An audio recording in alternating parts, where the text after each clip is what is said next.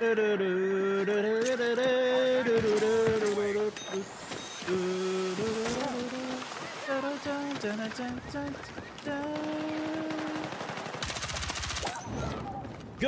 morning, ladies and gentlemen. Welcome to the stream. Welcome to, sadly, the end of the Battlefield 6 beta. It is over. There's no more beta to be had. This is some of the footage from the final stream. I did an extra one over the weekend, but today I wanted to recap some of the information, some of the tweets, messages that I saw. If you guys saw any crazy videos that we need to watch from the last 2 weekends, as well as I kind of wanted to get your guys' input on what you thought of the actual game. Now that you got your hands on it, obviously there's a lot of discussion before this with the no pre-orders. No pre-orders at any cost. No pre-orders. Then they announced that the beta would be available for free for everybody. Play it, find out yourself, see what you actually think about it, and then determine what you want to do. Didn't need the pre-order for it. The pre-order bonus is for, I believe they have like some, it's the cosmetic Phantom Pack. I still haven't been over that completely yet. Also, they've released a new pass we're going to be looking at in a little bit today, but they released a new free pass on the road to Battlefield 6 for the game, which actually has some, I think this is some pretty good cosmetics in it. These look pretty decent. Of course, they're going to be for 2042, but they did do a post on X saying that it seemed like the way they phrased it, it would transfer over. They said, squad up in 2042, dominate the new and improved Iwo Jima map, which is the new map. We might check that out later today, and unlock free exclusive rewards you'll take straight into Battlefield 6. Which I don't exactly understand what that means or how you're going to take these into Battlefield 6 if they're for this game. Or if there's something I just haven't seen or I'm currently missing. I'm not entirely sure. You guys might have to tell me today. We'll see how it goes. But yeah, that's the progression. And I got to say, this last one does look pretty sick. As well as this looks pretty insane too. And I don't know. I haven't really done much flying in this game, but we might have to see how it actually transfers over to said Battlefield 6. Master, thank you for the subbage. Cardboard, welcome in. But I know we're probably going to be coping pretty hard. The post I said was hopefully for next weekend. Maybe we can get a weekend 3, but my guess is that realistically it's not going to be anything. The push is now for Battlefield 6. But I got something for you guys. We're keeping the August giveaways going. I started another one. 2 winners over in the Discord. If you guys want to just click participate again. This has been the hype rather than doing all the gifted subs and the wheels and everything that we do because viewership's just been so insane over the beta. Things will likely calm down a bit now. Maybe we can get back to doing some proper gifted wheels, and you guys who hang out all the time, hopefully gift you all some subs. But nonetheless, hopefully the day goes well on this, and we don't cry too hard. Hurricane also, welcome to the squad, man. Yeah, if you try to play it now, it's not gonna work. This is some pre-recorded gameplay. I'll even put that on the screen for people who start crying. Pre-recorded gameplay. But today I want to just chat about everything, see what all of you guys thought about it, and yeah, get some of your real-time thoughts. I do have another video with some of my post-full weekend thoughts. More so, not even my thoughts about it, but what I think the direction of the game is kind of going. Christopher Graham, ladies and gentlemen, taking the top gifted on the day. I got that fixed as well. It's fixed. Milani also with the 5 taking the top spot on the day there. Appreciate you. A lot of the same bugs from 2042 beta. The infill map cursor is weird on console/controller. Really? I haven't played much 2042, but we might be on it today. That's interesting to hear that they got some similar bugs on it. I have a feeling that they're taking a lot from that game, but the way that it plays is still quite different from 2042. This gameplay, by the way, was a crazy one. This was the first time we actually won on offense for Breakthrough. I tried this about 3 or 4 different times. Note, though, that I had Alex on my team and Num1 on my team too, from the community in the Discord. They got onto my games, and then we started popping off. So maybe that's the difference maker right there. We had respawn beacons going down. I was rezzing everybody. And for this final game, I also swapped over to the M4A1, which I really liked the M417, the final carbine. That's what I was using the game before, and I might show some gameplays of that in a second. But damn, at close range, this gun just goes insane, man. Yo, James Wallace, my man. Jamu with that 20 up on the top of the day. Just wanted to say thank you. Your Battlefield 6 videos over the weekend were wonderful. Hey, heck yeah, bro. Glad you've been enjoying all the content. We've been trying to do daily videos on the Plays channel. I mean, we've been doing daily videos there for a couple of years now. But we've switched over to some Battlefield content there as well, which historically has done terribly for us when we've tried to do it.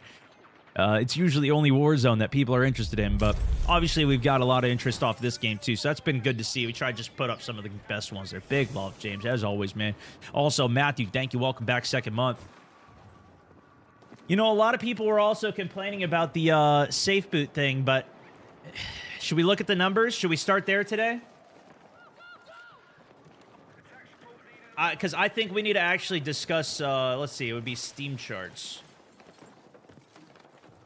What actually happened on this? If this refreshes here. There we go. We got both weekends available. And the big comparison that everybody does it to is Call of Duty.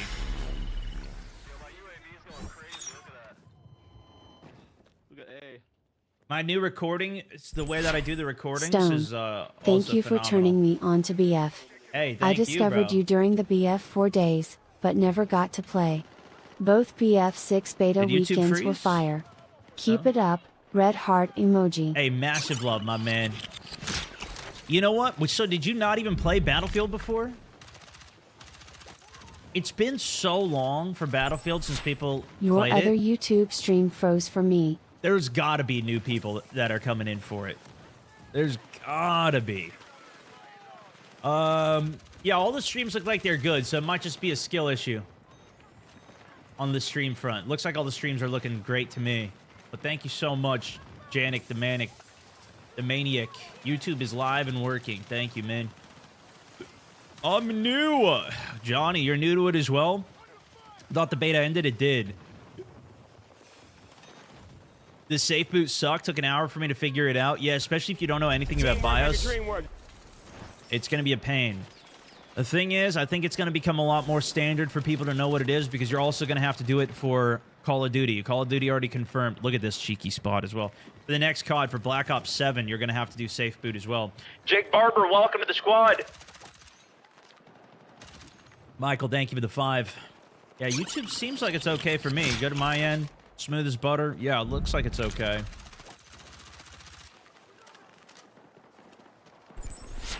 Do you think they will lean into creative jump spots like getting onto the highway in Cairo? Dude, or will this has take been DS approach and nerf it into oblivion? This has been one of the hotly contested things, and even one of the top leakers posted this. It got almost 200,000 views over on X. He said, "I really enjoyed Jack Frag's content, but publishing glitches during a beta isn't the one. The last day yesterday was abysmal with everybody glitching on the roofs in Iberian Offensive, and the week before he did exactly the same on the Cairo map. If you guys didn't see it, there was actually a way you could like fly up on top of the map with a tank. That was busted, but there was also a way that you could climb up on top of the map. The thing is, there's actually tons of ways to do this. I saw countless amount of TikToks. I saw at least 5 different ways to get up on Cairo, and I saw at least 3 different ways to get up on Iberian. And on top of that, I also saw different ways that individuals were just doing it by themselves. For example, my buddy Acula, he didn't watch any videos. He barely watches any videos in general. And he found a way to get up into one of the apartment buildings just by vaulting. You could just vault on stuff. I think a lot of people figured this out themselves. But he ended up saying, I think he got a lot of heat because people were maybe defending Jack Frags. I don't know. But he put another post out saying, this applies to all YouTubers. I use Jack Frag specifically because I watch his videos and I like his stance on positivity and fun. But within an hour, I was seeing people glitching, which ironically made the game terrible. Perhaps it was just a coincidence, but I feel very frustrated regardless. And I don't know about you guys, but I saw a lot of people doing this even prior to Jack's videos. To my point is that this is just widespread across everything. I feel like this is kind of a lame point because anybody can make videos on it. When somebody makes something on it, it doesn't even necessarily matter their audience. It matters the algorithm and if it connects. I saw videos with hundreds of thousands of even likes on them on TikTok, on Instagram, popping off with this content. It's not just that, although, and then I also noticed that this was happening anyways. Before I saw Jack's video, I didn't even see Jack's video on this, and I saw people doing it. This was even before the final day, so maybe it was just me as well. Maybe I just played too much of the beta. Maybe he didn't play it. Maybe he got luckier in the lobbies that he was in where he wasn't running into it as well. I'm not sure. But yeah, in terms of what do you think that they're going to do with the jump spots, it's a really good question because they've had this type of stuff to a degree in the past. I even remember back in Battlefield 3's videos, back in the day, Battlefield 4, there wasn't really videos. There wasn't really a community the same way there is now, or even algorithmic clips and things that would go viral. You would really actually have to be subscribed to somebody to get the content and know how to actually play the specific map. Or to get the extra intel to play the secret strategies and whatever to utilize it. That is not the same as today. You just get a gameplay going here. I miss the glory days of gaming, MW2, Halo 1, 2, and 3, BO2, BF, Fortnite Chapter 1, and more. Yeah, you're Love old now. Love the best clips return. We're old. Can you bring back OG format? We're old. That's what that is, I think.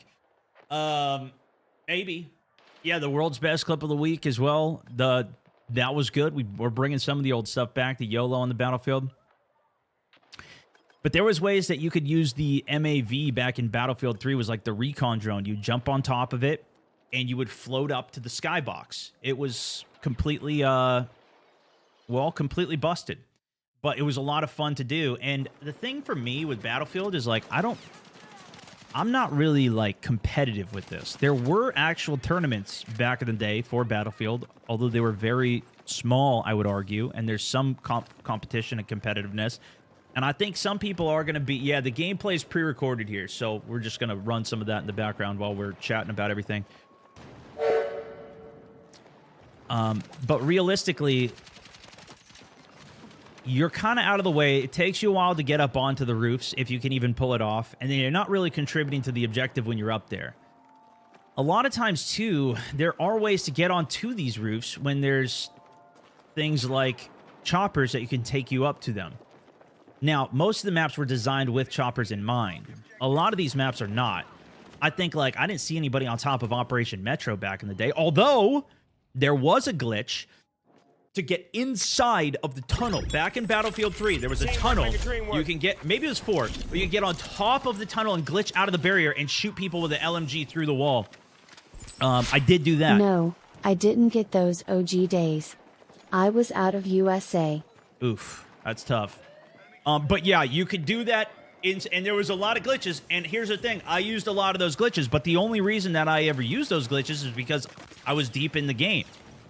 And I would add people who were doing it, and I had enough people, even though I didn't, like, I don't know, maybe I guess I was uploading videos back then, but I don't remember seeing videos on how to do it. I remember I learned it from other people, and we learned some glitches, and I think the benefit of it doing, you know, at least mass numbers and broadcasting it, whatever, is that it's going to inevitably happen. It's really, I think it's more on the devs to fix those things if they want to fix those things.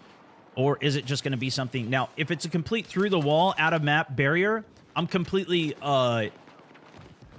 especially nowadays, I would say, yeah, 100% that needs to be fixed. It's broken. For example, on Iberian Offensive, there's a stairwell. I saw, for example, I saw Burnt Peanut using this glitch. On the L stairways, you could get under the stairs. Me and Tom used that quite a bit. 100%, I think that needs to be fixed. That's no... There's no question about that to me. You shouldn't be able to look through walls. That being said, if you're on top of a roof, it does ruin the game to an extent, sure.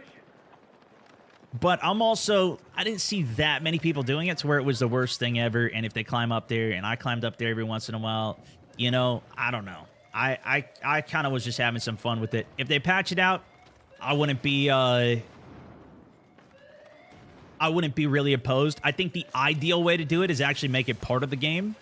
I think it's fine if it's still very difficult to get up there. But even just limiting it to certain areas that are more, you know... Yeah, I don't even know. I don't even know if that's necessarily true, because I don't think you could necessarily design for that. The roofs already got fixed. Well, the game's shut down, so yeah, it is fixed because it's not even there.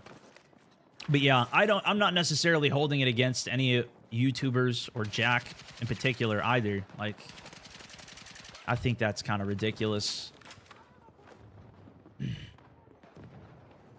Is YouTube dead? Dude, people are saying YouTube's dead. Why are so many people saying it's dead? It looks fine to me.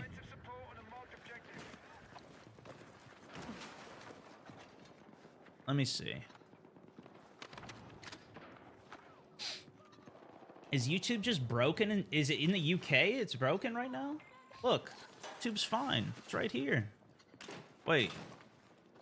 It's buffering. Is YouTube just broken? There it is. Is it in the UK? It's broken right now? Look, YouTube's fine. It's right here. Looks fine, bro. What are you guys talking about? Maybe it's glitched for certain regions. Let's see my backup stream. This one looks fine too. Should we go to my third stream?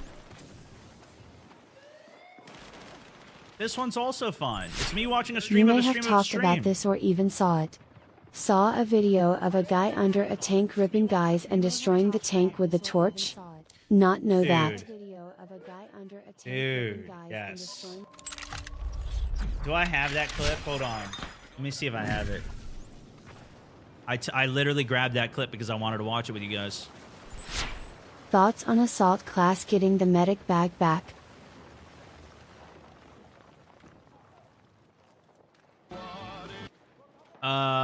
Is that true?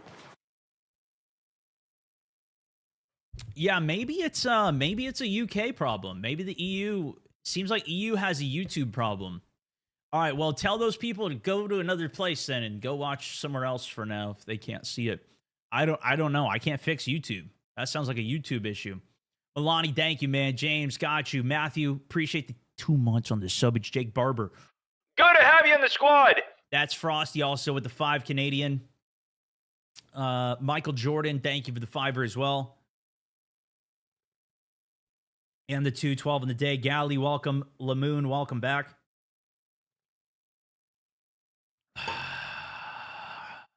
Ridge, thank you for the 5 as well. Thoughts on the assault class getting the medic bag back? They're not, that's not actually happening, right? You're just talking theoretically. Here, we'll watch this video in a sec.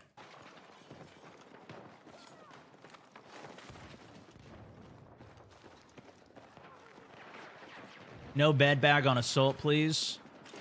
There wasn't like a post where they're changing this. Are you watching Battlefield videos all stream? No, we're not today. But we are going to be talking for a while. Ads! Yeah, we can wait for Twitch ads to get back. Jeremy, thank you for the 5 as well.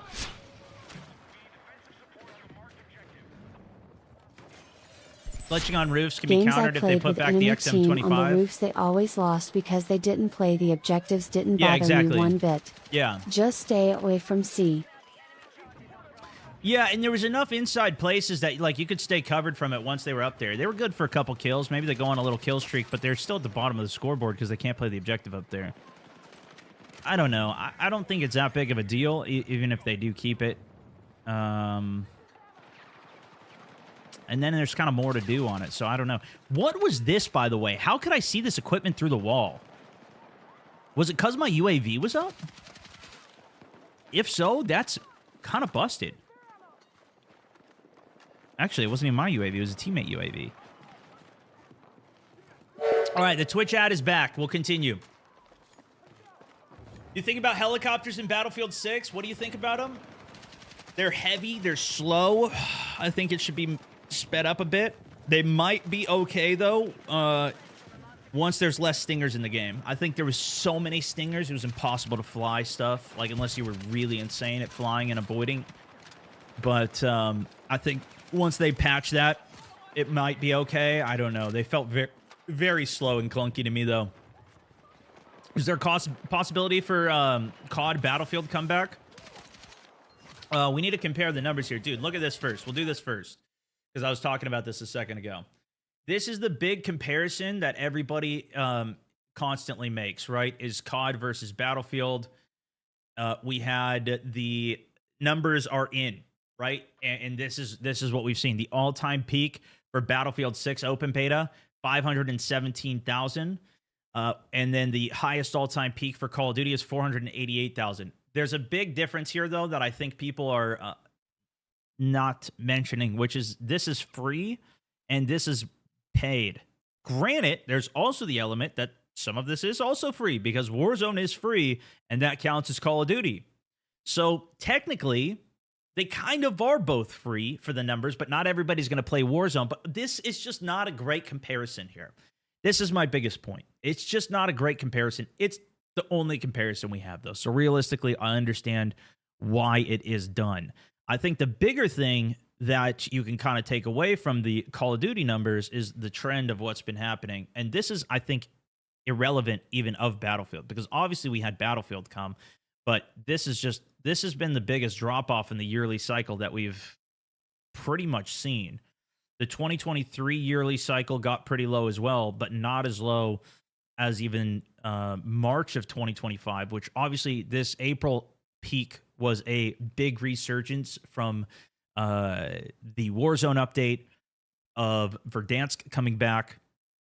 But this has just been trending downwards for a long time anyways. I don't know if this even has a great all-time chart. But they had the initial boom in October 31st. Was that when it came out to Steam? Was it only on Blizzard before? The Blizzard launcher, Battle.net? The thing is, too, I think way more people probably use Battle.net than people use EA's launcher. So I think this is also skewed further where there's probably even more Call of Duty players. And this is what I've been saying for this whole time is like, yeah, they have the Battle.net launcher just like EA has its own launcher as well. But more people, I think, play World of Warcraft, which is done through Battle.net, Overwatch, which is done through Battle.net. A lot of games are just done through, like, I think Battle.net is a more successful launcher than what EA's launcher is. And I can tell you firsthand, using EA's launcher over these years, even just to play Uno. We go on Fridays and play Uno, and we can't even connect to a game on Uno, bro. The servers are so cooked with like 20 people playing on the whole planet. You know, it's just so bad. The EA launcher is so bad. Granted, I didn't try it for 2042. Did any of you guys try it? Isn't that Ubi's launcher, though? Wait a second. Shocky, I think you're right. That might be Ubisoft.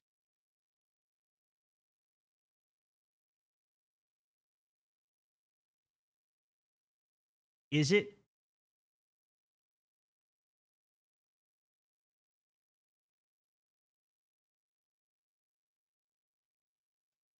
Ubi Connect? This one's even bigger garbage. No, this is the one then.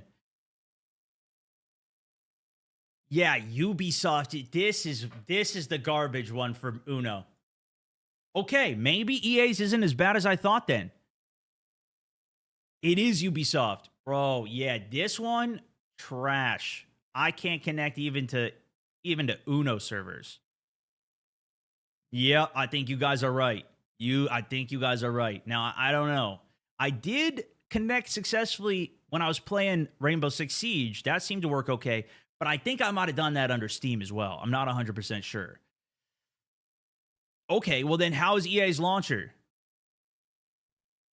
I will say I've used it for BF4 recently, and it seemed okay for that. And for 2042, and it seemed okay for that. I can't even get the Ubisoft one open anymore. All right, I'm just going to let that go. That one just updated, and I don't think we need to harp on that anymore. Nonetheless, okay, maybe it's not as bad as I thought. So maybe more people use it than I thought. But for sure, I think Battle.net is a more popular one that people probably use. Granted, if you play sports games, yeah, maybe it's dependent on the games, because maybe if you're playing sports games, that's EA. I know that. But how did the charts actually look this weekend? Tomo's heli play is some of the best I've seen. It was good, dude. Tom's flying was way better than I thought. I didn't know this guy could game like that. Although he's a big ornithop chopper as well, right? So maybe he got some good prac in on that. He was really good at flying it. I was also very impressed by Fuglet's flying. I couldn't believe that guy's flying was actually insane. But okay, we had weekend 1. We had the first few days, which were early access. It peaked at 325, 260 the second day or so. Then it went into the free weekend. It peaked at the all-time peak 517. This was the first test, the first play of everybody getting into the game. Second day, slightly less on Sunday, 477, let's call it. Beta's down. Thursday, it comes back. This was when everybody can play. And I was actually surprised that this was the biggest peak on the second weekend, was the first day. 407, it looked like, is the highest that I see. That's pretty dang good, but that's also during a weekday, you know? And I think realistically, if you're playing games, you're probably playing every day. I know that's usually how I am. So, you know, while there is probably new people that did come on during the weekend, maybe couldn't play during weekend 1. They either lost some of the players from this one into weekend 2. Maybe everybody did all the stuff. They got to play weekend 1, and then they had to do the family requirements the next weekend. They couldn't get on the game. I saw a couple TikToks even. This one guy was out in the mountains. He's like, I could be playing Battlefield right now, and he's showing like this beautiful landscape of it. It was pretty good. It was a pretty good one. But it did retain relatively well. Better, at least from what I remember. Let's see. Compared to Marathon Beta, weekend 1 to weekend 2. Oh boy, can we not even find this? I don't even know what these are.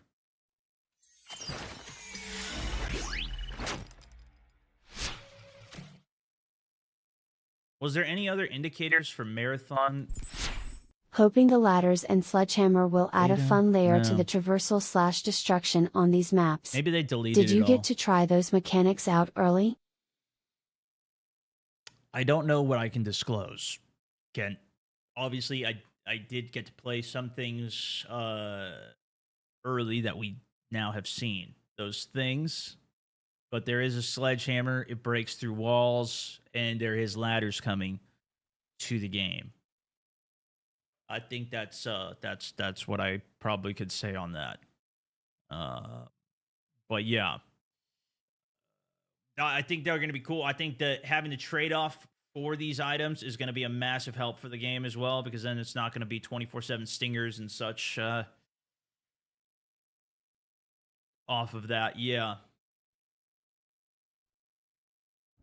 The Arc Beta destroyed Marathon. I know, that's why I know we've seen comparison numbers on this.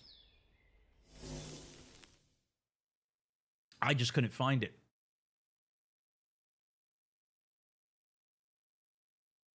Appreciate the Steam stats, but that doesn't include console. Yeah, that's the other element as well. It doesn't include console, which I think... But to my point is that we can only see so much information hands-on ourselves, and it's the only real information we can compare. And it's always going to be like that for console comparison as well. We're never going to have a good, true comparison for it. Let me pull some gameplay back up. That last one seemed to freeze.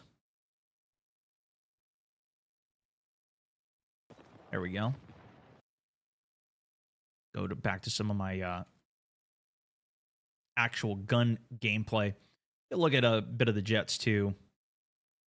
If this loads, it may not even want to load today. This is from my stream PC, so it should work.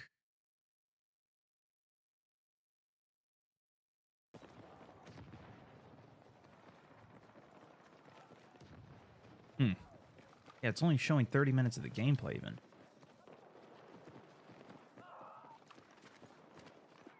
That is weird. All right, whatever. I'll just let some of it play here. I was out of town Friday, Saturday, Sunday. Yeah, so I think there was some new people that came in for it, as well as some that just couldn't make it to it. Alex Garcia, also, welcome to the squad. Appreciate the sub, man. Let's look at this clip, though. Look at this thing. This was, how many of you guys didn't even know this was possible in Battlefield?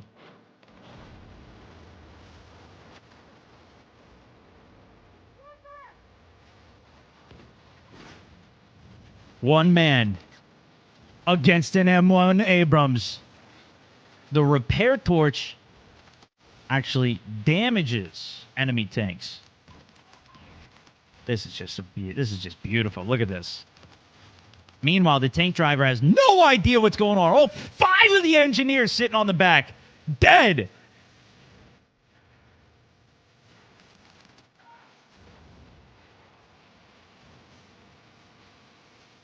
Beautiful. Absolutely beautiful. That's the engineer I want on my team. That's the engineer I want on my squad. Beautiful.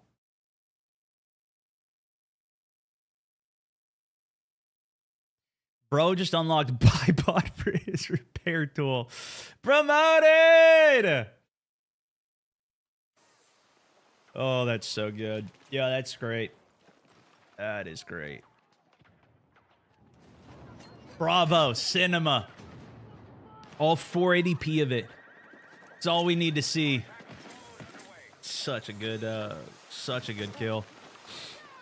Yeah, this was Rush. No, wait, this is Breakthrough. So was this the game we just watched? Maybe my file somehow got cut.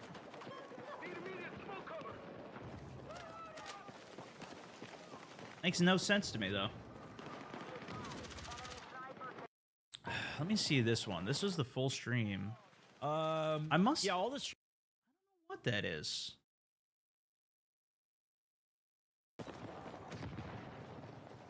The 18th. Oh, this was today. Oh, what?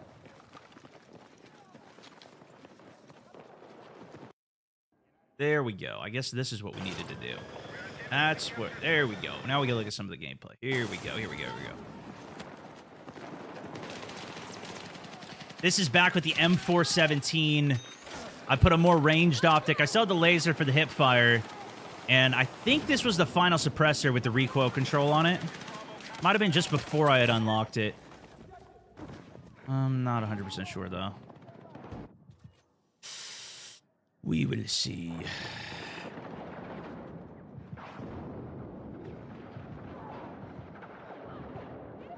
Can't wait to see 8 engineers rushing a tank.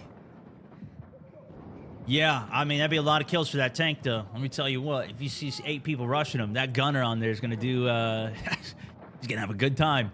The EOD bot from Battlefield 3. Do you think they're going to bring that back? I don't know if we've seen that yet. I'm pretty sure we saw the mortar in the trailer. Did having a knife out make you run faster? Yes, it did, yeah. There was actually a good chart of the movement speed comparisons. I never showed it on stream. I only tweeted it out.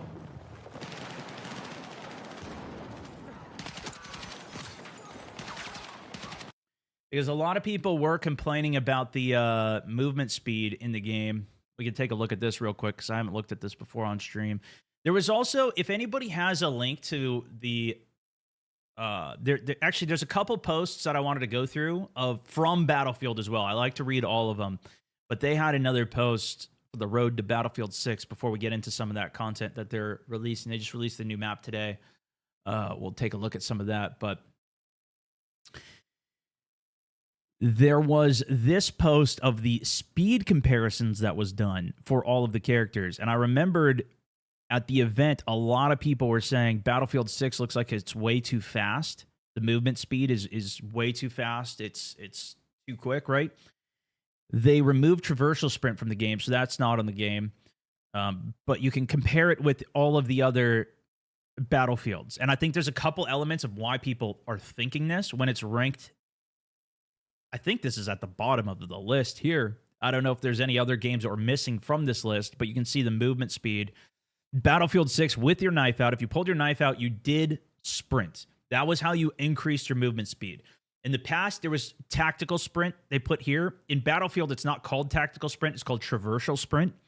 That was where you would hit shift. You would start running. You'd hit shift again, and you'd kind of do the super fast speed. It's called tactical sprint in Call of Duty.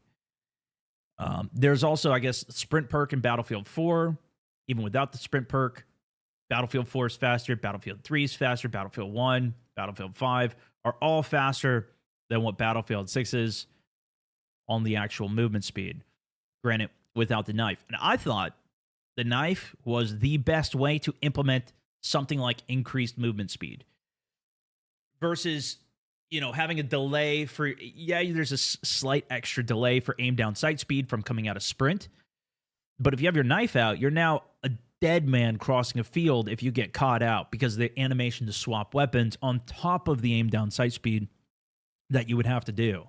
So you're getting the benefit of being able to traverse faster, but now it's a much bigger trade-off whether you want to run quickly or you want to just go normal speed and be ready to fight. So that, to me, makes the most sense for the extra movement speed. I don't know if you guys were okay with that, what our thoughts are in general with the knife movement speed that was in the game, because this hasn't been in Battlefield before. I think it was also dependent on weapon of what you had out, but I'm not 100% sure on that, because I know, like, LMGs, the support perk was that you would move at normal speed with an LMG out. Movement speed was perfect, in my opinion. The knife implementation was chef's kiss. Knife movement was good. Yep. So we seem more on board with it then? Yeah, okay. And we'll see what some comments say in video afterwards as well.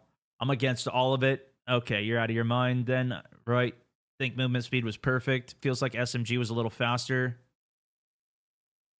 Do you think, what do you think about the map sizes? And so if that is true, if it does change with the actual weapon, then there could be variations in the speed. But this was a 100-meter test nonetheless with whatever they did test. Here's the full video here. Hey all, SMK Gaming here. Are you interested in what the sprint speeds are in Battlefield 6? Well, this is the video for you. We will be looking at the base sprint speed and if running with a knife out is faster. Weapon equipped, so let's see. Watching a Usain Bolt so here's an assault rifle. It wasn't even close. The regular sprint speed is on par with Battlefield 1 and 5, but slower than Battlefield 3, 4. I had to do this in another map, but it was still 100 meters. Defibs too. There was no difference compared to sprinting with the primary weapon equipped. All exactly the same. Between primary, sidearm, and defibs. And I noticed this too. Defibs even was not as fast as a knife. Because there was times that we were running around defib only as an entire squad, and my team was running with their defibs out, and I'd pull my knife out, and I'd catch up to them. Scottish accent's very soothing. This is SMK Gaming. It looks like he was the one who originally did the video. I'm going to give it a like and a sub here, and I'll link that as well. But this was the post that I had ended up seeing. This went pretty viral in general. Nonetheless, I think the reason that a lot of people thought this was the FOV. A lot of people default by maxing out FOV these days. And actually, I believe there was an FOV slider back in Battlefield 3 and Battlefield 4. I'm pretty certain, even on console. I'm not 100% sure on that, but I think I remember changing it back then. I played 3 and 4 on console primarily, especially off first launch for Battlefield 4 until the Xbox One. Then I played on PC. But now it is much more common that people actually know what FOV is. 110 was the top. Either way, now people know what it is way more. And so I think they're more inclined to adjust those settings. Like now the meta of looking up a YouTube video for the best settings is way more common than it was back in the day. Barely anybody did it. They just play it out of the box, whatever it was. And the wider your FOV, the faster it appears that you are moving because there's more peripheral vision and it looks like you're going off of speed boost without it. So I think that at least is one of the main differences with it. I think the other element though is that the maps are just smaller. So if you're able to move across a map quicker because the length is smaller, you're going to get the same effect of thinking that things are faster because they're more close together. There's more cover. You're not having to run across a gigantic open field. Some of the maps on, like when you're running through the trenches in Battlefield 1, it felt very open because there's no cover as you're crossing from trench to trench or going across an open territory or even running across the desert. Same thing in 2042. There's some gigantic areas to where it probably makes sense to have the map, have the players run faster because there's so many giant areas that they have to actually cross over. Like you kind of need traversal sprint because you're going to be sitting there running for such a long period of time that's my guess of why at least a lot of people thought that. I will say, I think a lot of those comments did die down after people were playing it. That has not been one of the biggest criticisms that I've seen of the game as it was when I played it and did that first live stream showing the gameplay. A lot of the comments, people were really worried about the movement speed. Everything seemed too fast. And I think not having tack sprint or this traversal sprint is very interesting because I don't know if you guys have seen some of the leaked information from Call of Duty. Granted, I don't know if any of this is true, but there's been a lot of leaked stuff coming out. I even saw a post from JGod today saying that there was some type of creator event that a bunch of people went to that gave some extra insights, and maybe that's where all the leaks are coming from. But they said that tactical sprint is going away from the new Call of Duty as well. So Call of Duty is clearly making some adjustments to try and stay in line with Battlefield here. It seems like at least a pretty big coincidence to me that when Battlefield announces they're doing these things, they're going to have secure boot on their game, you know, a stronger level of anti-cheat than Call of Duty. Call of Duty says, we're going to do secure boot too, guys. We don't have tack sprint. We're getting rid of tack sprint, slowing the movement down, which is something Call of Duty's been criticized, though, even independently of anything like Battlefield for the last year, especially with the switch to doing omnidirectional movement. You know what I mean? But yeah, that's the movement speed. We'll see where it goes. All these people claim there's COD movement where you're seeing people sliding and dolphin diving everywhere. I played 40 hours and didn't see any of it. I got a video for you, my good sir. And in fact, it was one with my face on it. Let me see if I can pull it up here. Give me a second. It went pretty viral over the weekend. This has 28,000 likes on it, and this was from my best clip of the week show, which I obviously used to do this all the time. The format's a little different now. Now we kind of have a different producer behind it, and we'll see if we shift the direction of if you guys keep liking it. But this was, and I have some additional context for you now that I've seen it more. But this was a clip from Reeve from the Battlefield 6 beta, and look at the movement. What are we doing? He's even got the mouse cam over here. I'm blocking the mouse cam, but 360 spin doesn't miss. Look at the momentum. Oh my gosh, look at the momentum. What the heck is this? See how he's flying through the sky here? Momentum, the movement, the flicks. Reeve, what are we doing? Look how high his sense is, too, because he's barely even moving his mouse. That's such a minute movement that he's flicking between. Look at that. Video looks sped up. It's not. We were just talking about movement speed. This is not even sped up.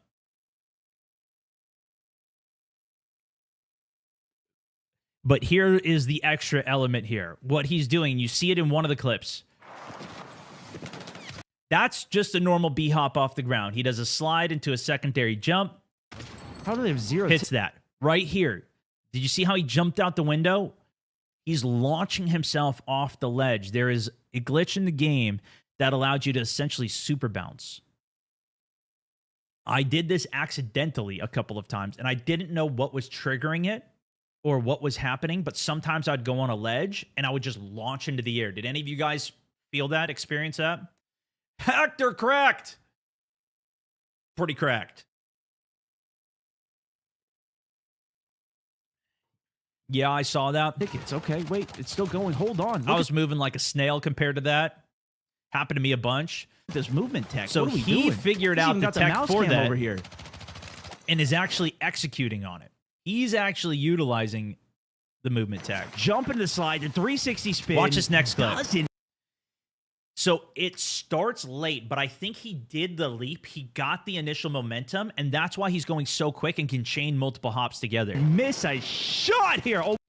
He goes from a slide into a jump, which is the B-hop. This is something actually removed from Call of Duty. Oh my gosh, look at the B-hops. What the heck is this?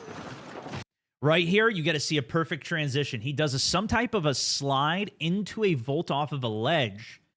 And look at how fast it launches him into the air and how high. This is like triple how high you should actually be going. This was an impressive little slide that he did here.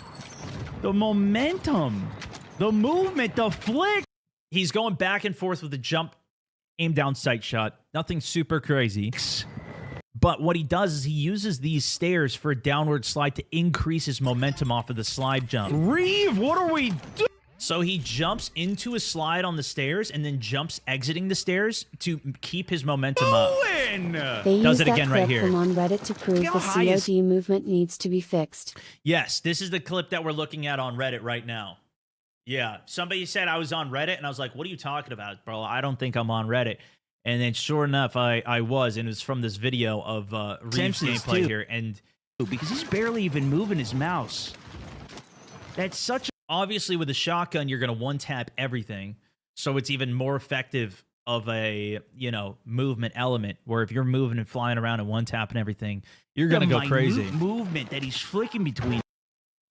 I think, though, I definitely think there's an element where they should probably make it so consecutive B-hops is not as effective as it is.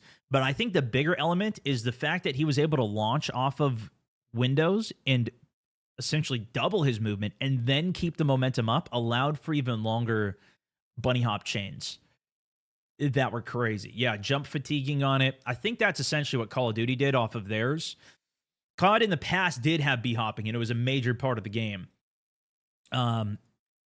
Battlefield was very jump-heavy game, but it was mostly for jump avoidance, especially from prior to, I think, Battlefield 1 is when they actually added momentum to the game, and I'm not sure if B-hopping has been big in Battlefield or not, because I just haven't played it since Battlefield 1 to the amount that I have caught or seen, the competitive side of it. This game is typically not as competitive.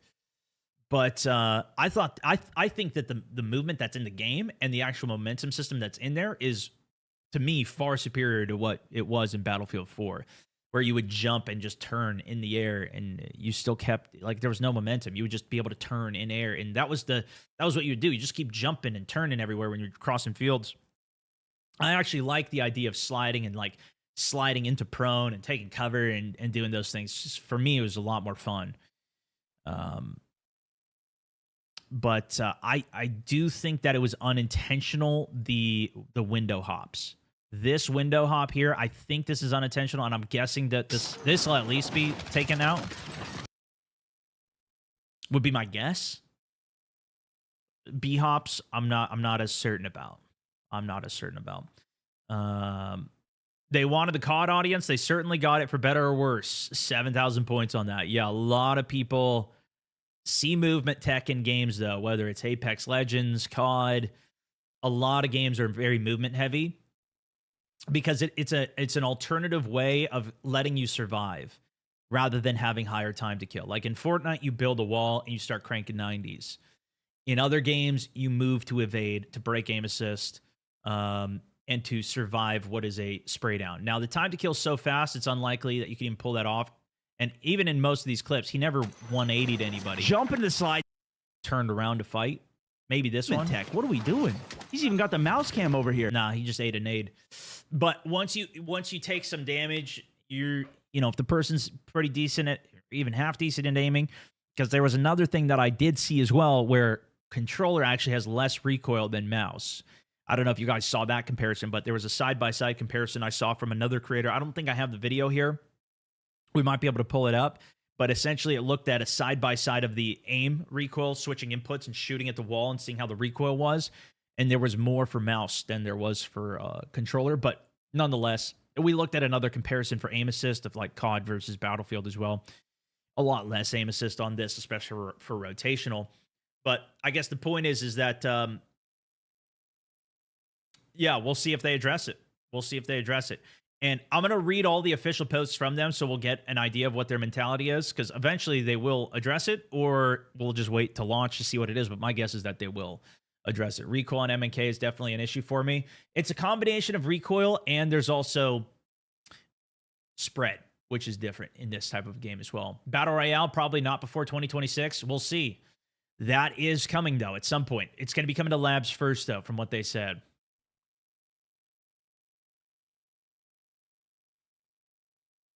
You going to play any of 2042? Huge update over there. Yes, that is the plan. We'll probably take a look at that later. These are the rewards from it he's talking about. There's a new free pass for Battlefield 2042 with tons of rewards. And in their tweet, they said that This is going to be the blog post. I'm going to read this. This is the road to 2042. But they said, unlock free exclusive rewards you'll take straight into Battlefield 6. I don't know if this is them saying that these rewards will be unlocked in that. It's what it sounds like to me, though. That's what it sounds like to me. It's hard to level up the road to Battlefield 6 as well. Well, we'll see. We'll try it out and see how it goes. I hope the devs are listening to the community sentiment as well. I do too. And I think this is the bigger problem. This is what I want to make my video about, is it depends who Battlefield want to listen to. I think this is the biggest determining factor. And I think this is even bigger than just Battlefield, honestly. It's the same thing for COD, right? And pretty much every game now is, who are you going to actually listen to for the game that you're developing? Because there's so many different little communities that are out there that like different things, that it really varies. And all the people that are complaining about, like, the COD people, or even streamers, like the amount of people that complain about streamers within Battlefield and like the direction that they're taking the game or want to take the game, whatever, is massive, right? And ultimately, most of the games, at least the direction that like COD has gone, is, and I think all of these games will continue to go, is whatever makes them the most money. Wherever the money's at is where they're going to continue to go. Especially at like AAA level. They've got investors, shareholders, everything that they're creating the games for. The fact that they're already holding off and have said that they're, you know, keeping the game and the cosmetics realistic, though, like, they can make a lot of money on that. Clearly, that's where Call of Duty's making a ton of money. And they're not doing that. So there is room for this, and that to be a differentiator as well. But we'll see what other directions they actually decide to take it and where they appeal to. But I think that's why a lot of the people that play Battlefield are, or played in the past, are not even interested in a Battlefield 6 or in a Battlefield 6 Battle Royale. A lot of people, even that first stream off the tease, when I mentioned it in chat, I was like, how many of you guys would want to see a BR within Battlefield? There was a lot of people that said no, they do not want to see it. I will say, and you guys tell me what you think, I think there's more people in Battlefield 6 that are keen on a Battle Royale or in Battlefield franchise than in the Halo franchise. Because Halo people were Did you very against experience it. the bloom bug? And they didn't do it. Hitman, thank you for the 2, man. I did not, but I did see Shroud's video on that. That was the only comparison that I saw, where if you slid, it would just, all your shots would be bloomed. But yeah, F Battle Royale and Battlefield 6, 2042 had pink tank skins. I noticed in Stod's stream earlier. Yeah, 2042 skins are... 2042 is also a very different game, right? Even the fact that they have all these characters saying all these quirky little lines, and, you know, that's a different style of BR as well. Or Battlefield as well. Yeah, that's more of a... kind of more like a hardline style of Battlefield. And even in hardline, they had some really quirky stuff in there where you would even have these rare Easter egg reload animations. Nowhere near COD, though. Very true. Yeah, very true. You're not... I mean, you don't... I mean, COD is going to full Fortnite levels. I saw a video from Nick A30 today going around of him showing like 100 different skins. There's like the superheroes, there's the Ninja Turtles, there's the pop stars, there's the... You know, they got so many skins in that game. That's kind of the direction that COD's going more down. They're not necessarily going to that level of it, but they are... they're not... I don't know. I mean, the new skins look pretty good. I haven't seen all of them. And I don't mind... Even the charms, like, I don't mind those being a little quirkier. But, like, I love this, though. Like, this is the new free pass that they just added for it. These skins are pretty sick. Like, I like this one. This is sick. This is sick. This is an old skin, though, I believe. for the Warthog. But even this is a bit more out there. I don't know if they're going to go to this level. This one's pretty nice, you know? But I don't know if this is going to be the type of design. This has, like, animated stuff on it. Which is, you know, I don't know. We'll see what direction they go with the new one. Put all of Hardline's assets into Portal, then go nuts with the skins in there. Yeah, I don't know if they'd go that deep for Portal. Even for the Portal that they have in the current game with, like, the old stuff, I don't know if they're going to do that. Like, we could go play Battlefield 3 in 2042 right now. Or Bad Company 2 on it. Chase, also, welcome to the squad. Delta Force this week with the console release tomorrow. That's coming tomorrow, man. I don't know. I kind of want to. That might be the place that we go next. I do want to go back to the finals as well, though. And I think there might be some interest from the Battlefield community for finals because it's you know, most of the same developers that were at DICE or at that studio, which obviously worked on Star Wars. Maybe it was more the Star Wars because I don't know how exactly transfers over one for one, but it's got massive destruction, probably better destruction in many ways than what even Battlefield 6 has, at least for the mass scale of it. Maybe not the visual fidelity and like the grittiness of it. It's a different style of destruction, but it's still very good destruction in the finals. I think that could be a pretty good, fun game to play as well. Delta Force does have Warfare, which is very much like Battlefield, and it's free to play, so that might be a good tidy over game for the next couple months as well. I kind of want to see how 2042 does as well. I still don't think there's much hope for that at this point, but I'll try it out. You know, we could try it out.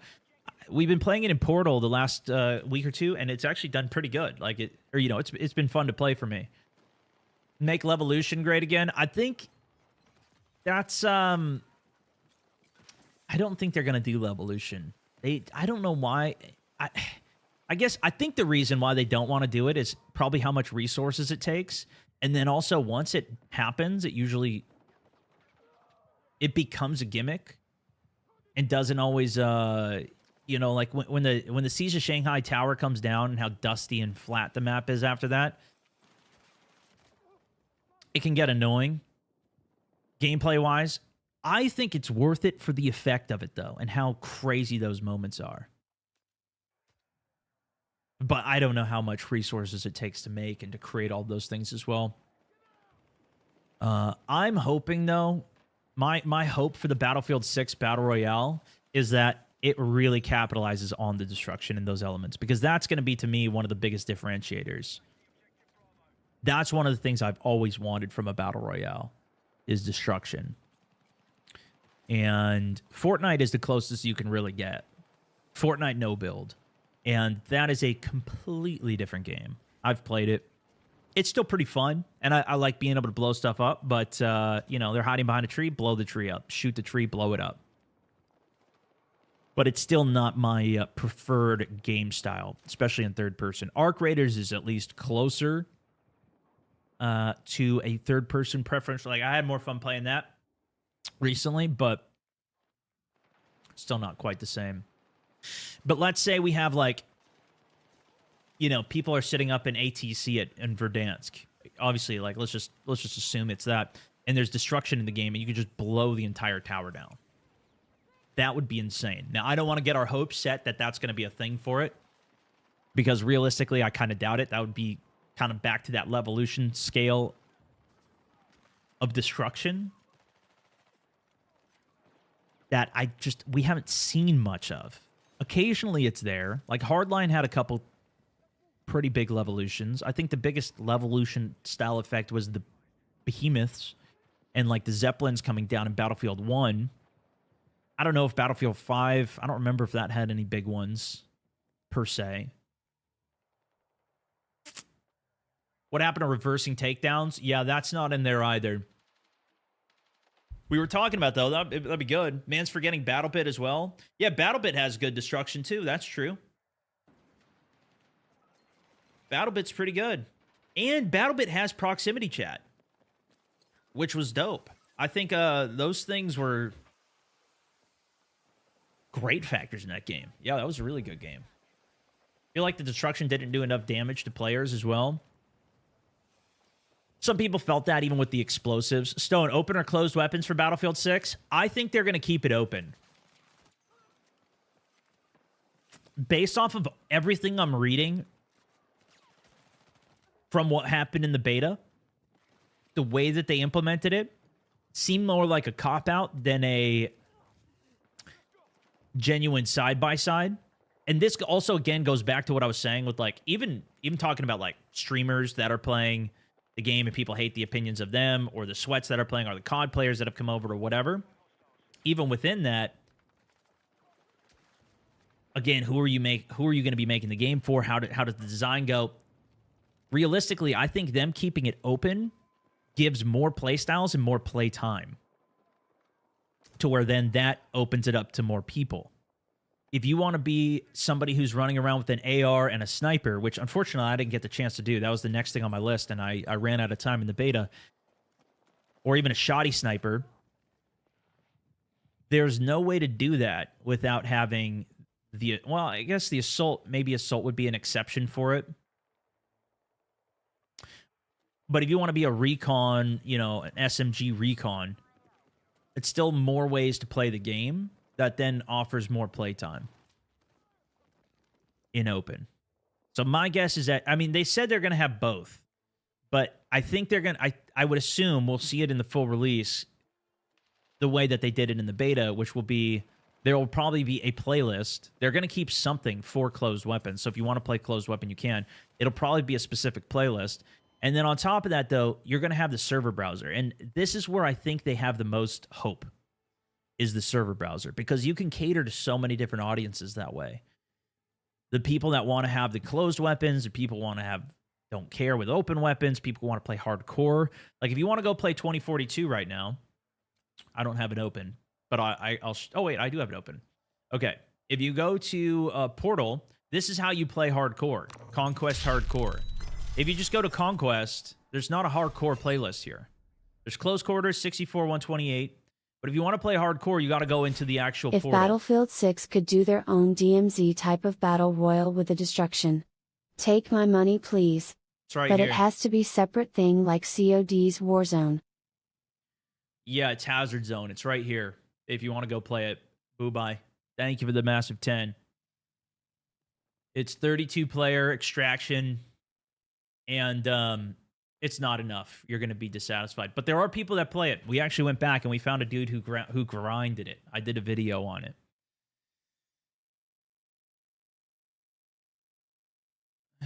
But that would be interesting. Let me see if I can throw up some Jet gameplay here while we continue chatting. What's about here? I found a glitch this weekend. Fire rate goes from auto to single during gunfight. Yikes, die every time. Xbox users are reporting it as an ads glitch. Teamwork make a dream work. Yeah, I do that accidentally sometimes just because I hit the B key when I'm trying to panic knife. Usually I change my bind so it's further away, but that sounds terrible on Xbox. Rock, also, welcome to the squad, pushing us 20 subs on the day. Massively appreciate you, dude. What do you think about the soldier skins in Battlefield 6? They look good to me. I think the biggest complaint that I saw about the skins was there was a lot of people who couldn't differentiate them from each other, where Recon looked a lot like Assault, that looked like whatever. And I think this just might be because I suck at the game, but I've never been able to differentiate them, really. I've never really thought about differentiating them when I see them. But so that's why it's probably a skill issue, because if I realize, like, the only thing that I really ever realize, if I see sniper glint, then that's a sniper, and now I know to avoid that line. If I see, you know, a bunch of spraying coming down, I hear an LMG, then I know to avoid the LMG from that line, etc. I hear a shotgun pumping, killing a teammate ahead, I consider that, but I never really look at and consider the classes. But I thought the skins all looked pretty cool in this. Felt good to me. They should have kept the USA versus Russia or China as well. Yeah, that would have been cool. Seeing the patches on soldier skins. I could agree with that. You know what else, too, I saw a point somebody bring up? Was that in the past when you were doing Conquest, and I don't know which game was like this, but a flag would go up.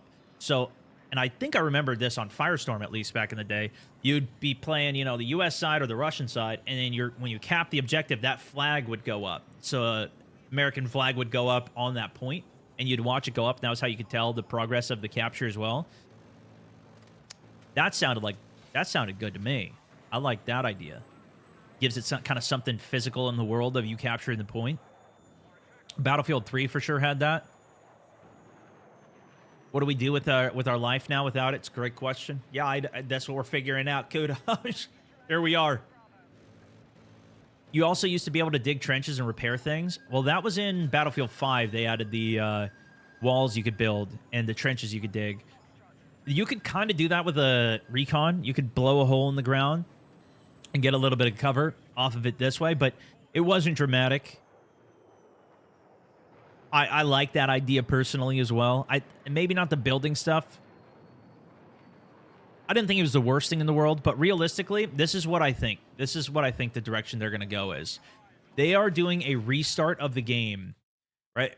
You guys tell me what you think about this. I think they're doing a restart of the game, essentially, with Battlefield 6. And we so much as heard that with, there was a post here. General manager of Battlefield, Byron Beatty, told industry analyst Michael Patcher that EA wants Battlefield to become an annual title within 5 to 6 years. Obviously, that's what Call of Duty is. Every single year, there's a new Call of Duty that comes out. The quote here saying, here, we could even listen to it here. Activision guy worked at Quality's ass, but... And he's running the Battlefield franchise, and their goal is 3 studios making Battlefield on a 3-year basis, so they can get to Battlefield annually. And he said it's going to take 5 or 6 years before they get 2 in a row. You know, so we're not going to get there for a while. Teamwork, but make a that's dream their work. plan. Talk to E. And this Byron Beatty's a guy. I mean, I think I read that he had 20 years at Activision. I think he was a big part of creating Warzone, and that was part of the reason they brought him over, working on this. He's one of the leads, working with Vince Zampella. Obviously, to create this experience, they spent $400 million on the game. They want 100 million players on it, etc.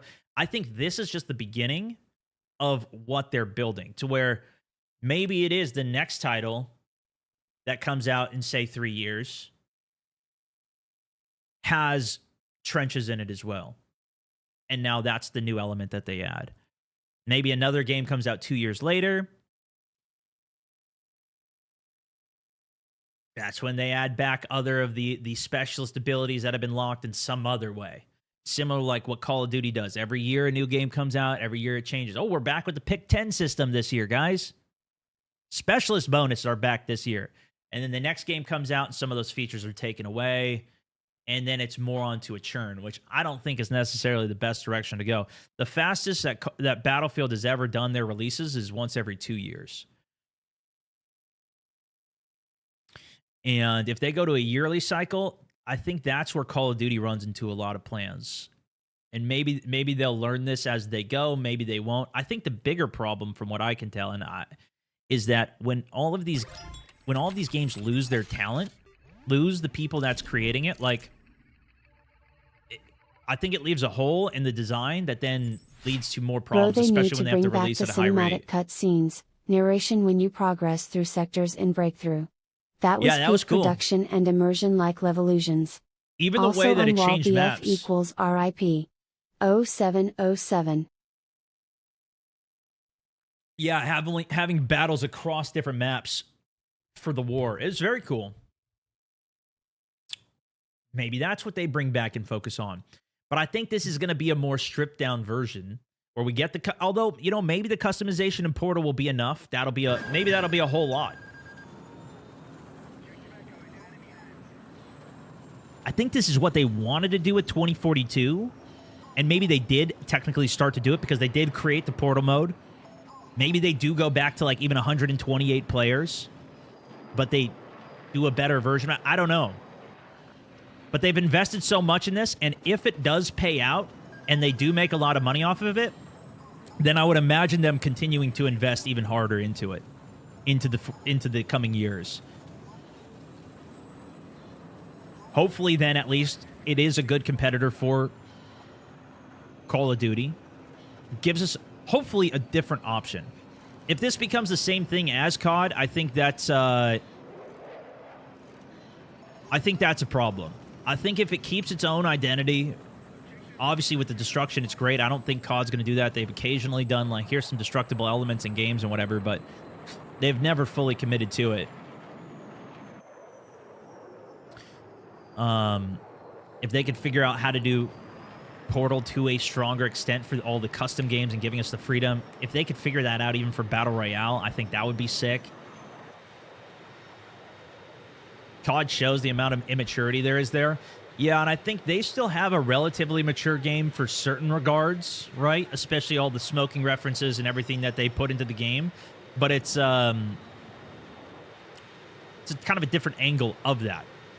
This game keeps the maturity in the sense of the war element, the main concept of the game. And I think for the campaigns, COD sometimes has done that as well, especially of COD games in the past. Ho, and also, welcome to the squad, Real Estate Gamer. Also, thank you for the huge tenor. But this is, you know, we'll trust the news and the report here from Byron, although it's not Byron saying it himself. It's the report from, you know, we can... I think this is a pretty fair assessment, and I would take this as coming from them to where this is what I would anticipate. And I think the games are going to continue to Liberation Peak at night would be insane. What makes them the most money. It would be very cool if they that's were her events. Rain, thunder/lightning, snow like GTA. Well, even day-night cycles is something that's in 2042.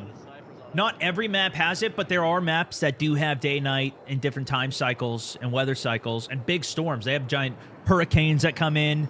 So they have the tech and the ability to do these things. Not everything is clearly going to be in here. I think they're really focused on making the core Battlefield experience right now.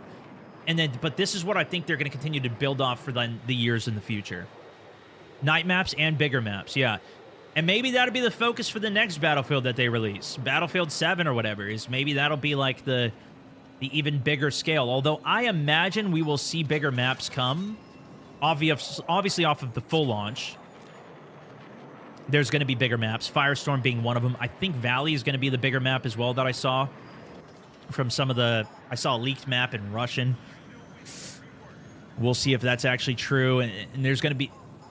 When I spoke to the devs and asked them about the map sizes, they told me that Liberation Peak was the larger of the medium-sized maps. So I would anticipate at least probably 3 bigger maps. Hopefully ones that also have jets, helicopters, little birds, like a whole mix of all the vehicles and everything. And then if they do have a BR map, and we could use that as a landscape for Portal and create other maps off of, I think we'd have a ton of big maps at that point. Of course, a lot of those maps might be terrible. Especially if it's very hard to develop for it. We'll see. Should lead them towards a Terran Highway DLC. Bro, they could literally do so many bring back maps and make there's so many free wins that they could do by bringing back old maps. So many free wins. And this is what they've done every time in the past as well. They brought back maps. Like Battlefield 4, they brought back 4 Battlefield 3 maps and even other maps shortly after the game even came out. If they did a surprise, you know, Battlefield 3, Battlefield 4, whatever, a pack of old Battlefield maps coming out shortly after the launch, in addition to Firestorm, like when I saw Firestorm in that trailer, oh my goodness, that was like the peak of the trailer for me. Once I saw Firestorm and the jets flying there, so, and you know, I do think though they need to have new maps as well. I don't think it can just rely on all the old maps. I'm just saying that there's a bunch of free wins that they can have by having the old maps there. It's kind of like what COD Mobile does, where COD Mobile just has all of these like golden maps and all of this content from Call of Duty's past, and then they just build things additionally to it. Games now take that stuff away. Even COD, they take that stuff away, and then they add stuff back. And then it's just, that is the hype point, is when they add it back. It'd be great if these things were just be in the game, and then we just built a bigger game off of it. That's kind of more like what Fortnite does. They just keep building on their game. Although even they bring back OG stuff and whatever, but now it's back, and so then they keep it when it's back, which is kind of nice.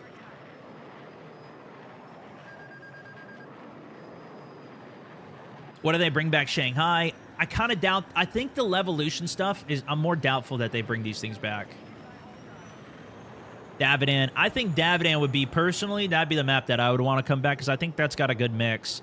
You got jets, you got helis, you got tanks, you got crazy dive off the top.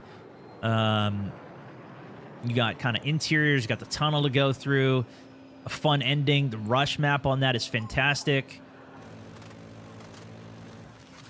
It's I think it's a good all-arounder. Like Metro, if they bring that back, it's kind of cool, but you know, Rush is cool on that. The jet sequence going in underground, but it's also another infantry grinder, which a lot of these, we already have a lot of those seemingly coming to this game. We have the infantry grinders.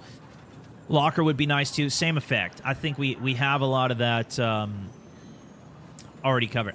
It'd be cool. I think that's a good map as well, but I would like more personally. I would like, as you see from me flying around in the jet here, right? Like I like a bit of the bigger experiences, the vehicles. Wake Island with some of the boats. Yeah, I think there's a lot of boat maps they could bring. That'd be sick. Davidan obviously doesn't have that, so yeah.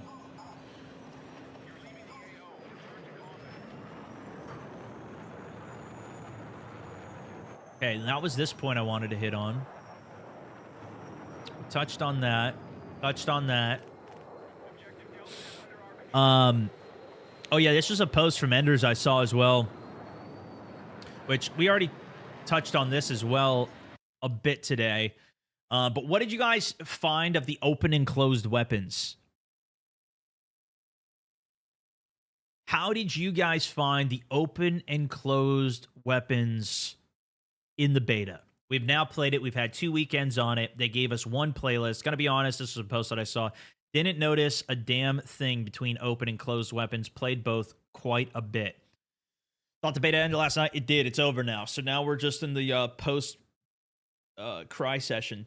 Prefer closed weapons. I didn't like open weapons. Closed for sure. Closed weapons seem less chaotic. Closed or bust. Just go with open. It doesn't matter much. Love the closed more. I talked a bit about this earlier. And I think probably it might skew a little bit more towards the hardcore player if you guys are actually watching my stream and leaving comments here as well. But still, just want to get an idea. Just choose one over the other. I think that it should be swapped. Open weapons should be the option, and regular Conquest should be closed weapons.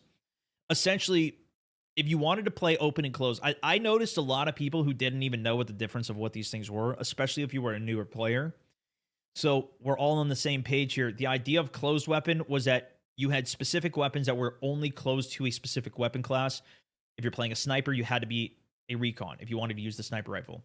If you wanted to use the submachine gun, you had to be playing as an engineer. That is the closed weapon playlist. And what they did in the beta, and they said that both of these are going to be here, but they made it so that if you wanted to play in closed playlist where it was restricted, you had to specifically click on that playlist to do it. And it was a mix of Conquest and Breakthrough. Closed squads actually did what needed to do. Yeah, I noticed regardless, there was always and this is just a staple of the game. I noticed this in the past too. There's always going to be medics who don't res. I saw a lot of that. There's always going to be engineers who don't repair. There's always going to be like people who are just playing for themselves in the game. And to be fair, I do this too. Even when I'm playing recon, sometimes, you know, I would go on top of a bridge with my spawn beacon. I'd just do some sniping. I would sit at spawn and I'd constantly just spawn in helicopters or jets the whole time. And that's all I wanted to do. And then sometimes I'd go and play the objective. I did the same thing 10 years ago. Whenever Battlefield 3 and 4 was out, sometimes I'd play and top the leaderboards. Sometimes I'd play and just do whatever the heck I wanted to do. I'm not entirely certain that it came down to the weapons. At least when I was playing as well, I played open weapons probably majority of my gameplay. But even when I played closed, I didn't really notice much of a difference. I think if anything, it's all of you guys who are the closed weapon big brains. Okay, it's a compliment. It's a big brain. The people who are willing to queue that playlist and play it, I think you guys are more likely to be the ones who are actually going to do the repairs and play the proper roles as you likely should. So I think, again, there's a bit of a player bias, and who's choosing to play and queue into those playlists might have been the effect of where you saw people playing their proper role better. I'm not entirely sure, and they'll have the data. I think some of their data might be skewed to the fact that people didn't properly know, though, what the closed weapon playlist even was, to my point earlier, and the fact that it was limited on what you could actually do. Like, you couldn't do closed weapon domination. But I think the reason you didn't, and even to the developer's own point, I remember, I don't know if this was public or private when they did the announcement and we're talking about this, but they said Tigger was his tag on Twitter. I'm blanking on his name right now for some reason. David Serlin. Yeah, he came back for this. And he even said in his post, he's like the lead producer. He came back. He left in 2042, had some kids, did his own thing for a while. I think he worked on a couple other games, but he came back to Battlefield just for this, and he works on like the core gameplay within Battlefield. And I think a lot of the praise goes to him on this game's actual work of what he's done here. But to my point, this having it open,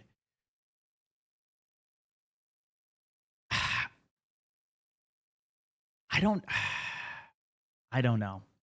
I don't know how big of an impact it, like, they're gonna get different data of who is actually coming in to playing it. Yeah, I lost my train of thought, guys. I'm not gonna lie. I just got cooked there. Where was I going with that? I just got lost.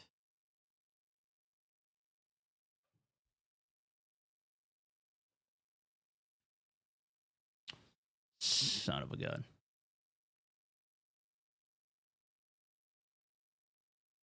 No, I don't want to change the topic yet. There's more that I want to talk on this.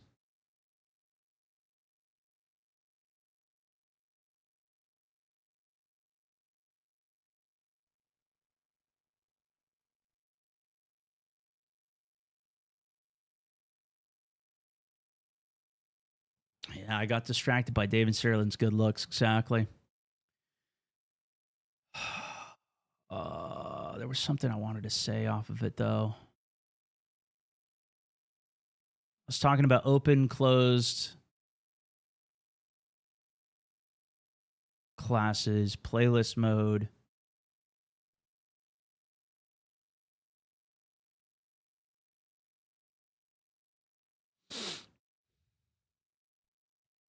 Can't search, and it's something about why you can't play domination. Yeah. So they didn't even have the playlists available for the smaller modes. This is something that Tom was bringing up. Like, if you wanted to play closed domination, you couldn't even do that. And so if you were doing, so right, if you were doing closed playlist domination, let's just say they had that. Oh, right. Okay, this is what I was saying. Right, so it was his point. Got you. Thank you so much. So to his point, he was saying when he first played it, they started by playing closed and enjoyed it, but then it switched to open, and he enjoyed that more. And I don't know if this was just his experience on it. Right. So I don't know if he said this publicly during like the main streams, or if he just said this like to creators and while we were speaking with them. And I don't know if I can even say that or not, but we said it. So anyways, this was the point. And I don't know if it was just his personal feeling, or if it was the whole team's personal feeling as they were playing and testing and whatever. It made me think that maybe it should just start as closed then, and then maybe that's an update that they do in the future and open it up, and now people will like it even more. Like, you have this experience that's pretty good to start, and then maybe you open it up and everybody agrees and like, oh wow, this is even better. Now we have even more ways to play. But I think realistically, like, if you're doing domination closed weapon and you want to use a submachine gun, and the only way you could do that is an engineer, but engineers aren't quite as valuable on the map of what you're trying to do, because you don't need a repair torch, and the only ultimate you have, at least in the beta, the only ultimate you had was better vehicle damage, like your specialization tree and repairs. Granted, you could repair shields. You might get better utility out of one of the other classes, but the reason that you would play an engineer then would be to utilize the SMG, which does give it then a reason to actually pull engineer if you don't typically have it balanced into it. So if anything, maybe that's even more of a win and a reason to have it. for domination. Yeah, maybe that's the reason to keep it. But then maybe you have to buff SMGs even more, where they have to be even better to make it justifiable to go to engineer just for that one effect. You can build the carbine like an SMG or an AR, so it doesn't even matter. Yeah, and the carbines were fantastic. Honestly, the carbines felt better than the assault rifle weapons. They were insane. The carbines were incredible. The DMRs felt pretty good. The argument of solo snipers using the beacons break down because now you give it to frontline assault with a sniper rifle makes no sense. That's true too. You could be a frontline sniper. You could still be a spawn beacon assault with a sniper rifle. I think, though, my point with the open classes is when you are open, it gives you more playstyles. And when you have more playstyles, you open it up to more players. If you could be somebody who, if you are somebody who enjoys running around with a submachine gun and a sniper rifle, the only way, well, you can't actually do that, but you could run around with a sniper rifle and assault rifle built as a submachine gun with a carbine. Or you could do it with a carbine. You can do an assault with a sniper and then go carbine secondary, build that thing like a sub. And now you have two weapons that you could utilize. That playstyle would be impossible. You'd be running around AR carbine, maybe a DMR carbine. You'd have less options of ways to play. You could do a shotgun on every class, but you couldn't do an LMG as a sniper. You couldn't do an SMG as a sniper or recon. If you want to, you could be, this is how I played for quite a few games. I was playing as a recon with a sub, and I was putting down the beacons, since they still have it, although that's leaving, that's going to be an assault. But I was putting down the tugs, I was popping UAVs, and having a UAV with a submachine gun, that felt really good to me. And I think there's a lot of people who are coming from other games that would want that experience. And this, again, goes back to who are you making the game for? I think there's a lot of different communities that they're making the game for, but you widen it a lot more by having open. And so realistically, I don't think they're going to take open out because it does extend the playtime, having more options to play, more ways to play. The broader appeal, the more players, the more communities you can hit, even if it comes at a detriment to the players that are maybe the original ones that you might want to make the game for and make it as original as possible. And when I was playing, I didn't notice much of a difference. Even when I was playing the closed playlist, or even rather the open playlist, I didn't. I know this did happen, but at least I didn't really experience much of it, where there was an assault who killed me with a sniper. Or like an out-of-class thing. It was mostly like carbines seemed to be the biggest way people were killing me. There were some assaults running around with like assault rifles with support. But it didn't seem that crazy to me. Soulmend, also welcome to the squad. And again, I think the biggest thing is once they have Portal, they're theoretically could support all of these communities. It's going to be how well does it actually work? And I think they're going to need to have it running pretty damn well, whether it's the ease of finding it through server browser or the ability to queue into what you want to, or like, you know, when you were doing custom search, when I was doing custom search off of the beta, that didn't even work.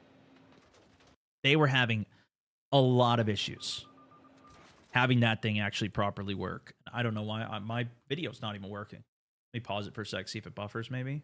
Might have to close and reopen it. What a shot, though. Yeah, custom search worked horribly. Unfortunately. It did work, but it only worked some of the time. And if they can make it so it actually properly executes and goes to the game that you want it to go to, then you don't have to experience. You could just live in your closed world bubble the whole time if you want to. Your closed weapon bubble. If you want to be big map vehicles, you can do that. If you want to be domination, squad deathmatch, close range, fast respawn, you can do that. I don't know. I'm not sure if they can capture that audience. but they're surely going to try. It worked, and I found myself in a rush game. Yeah, it would just switch. It would put you in a playlist. So the first game theoretically should work, and then afterwards it'll shuffle the rest of them.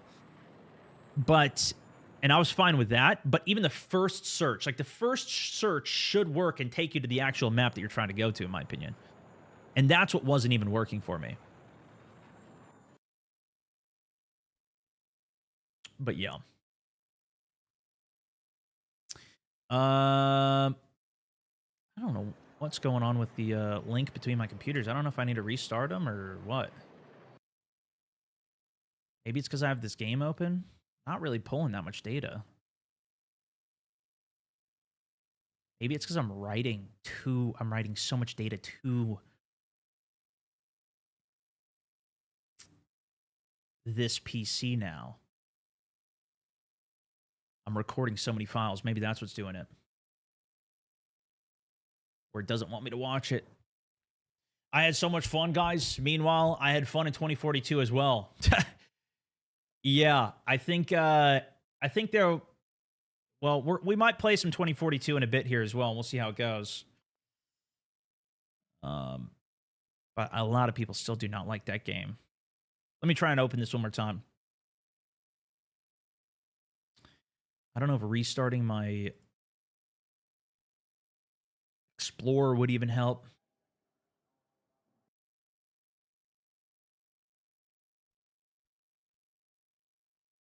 It was working earlier today, though, so I feel like I could get it to work.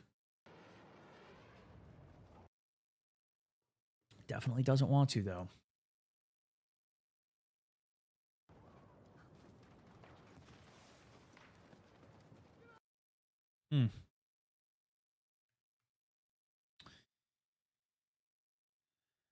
Maybe next time what I'll do is I'll just put it on my local PC. All right. It's from another video.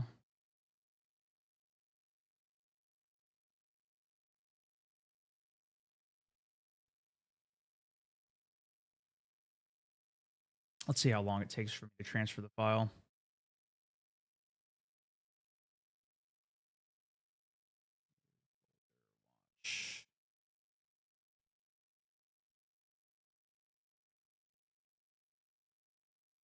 Yeah, the read speed and write speed is going insanely slow.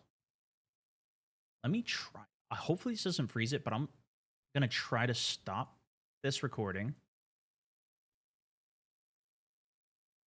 Now let me pause. Close this. Let's see if this now lets me watch it. Okay, it doesn't.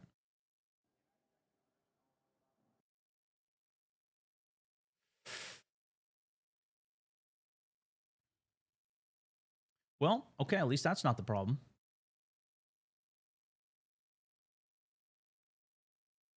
All right, then I will just watch a video on my channel then, I guess.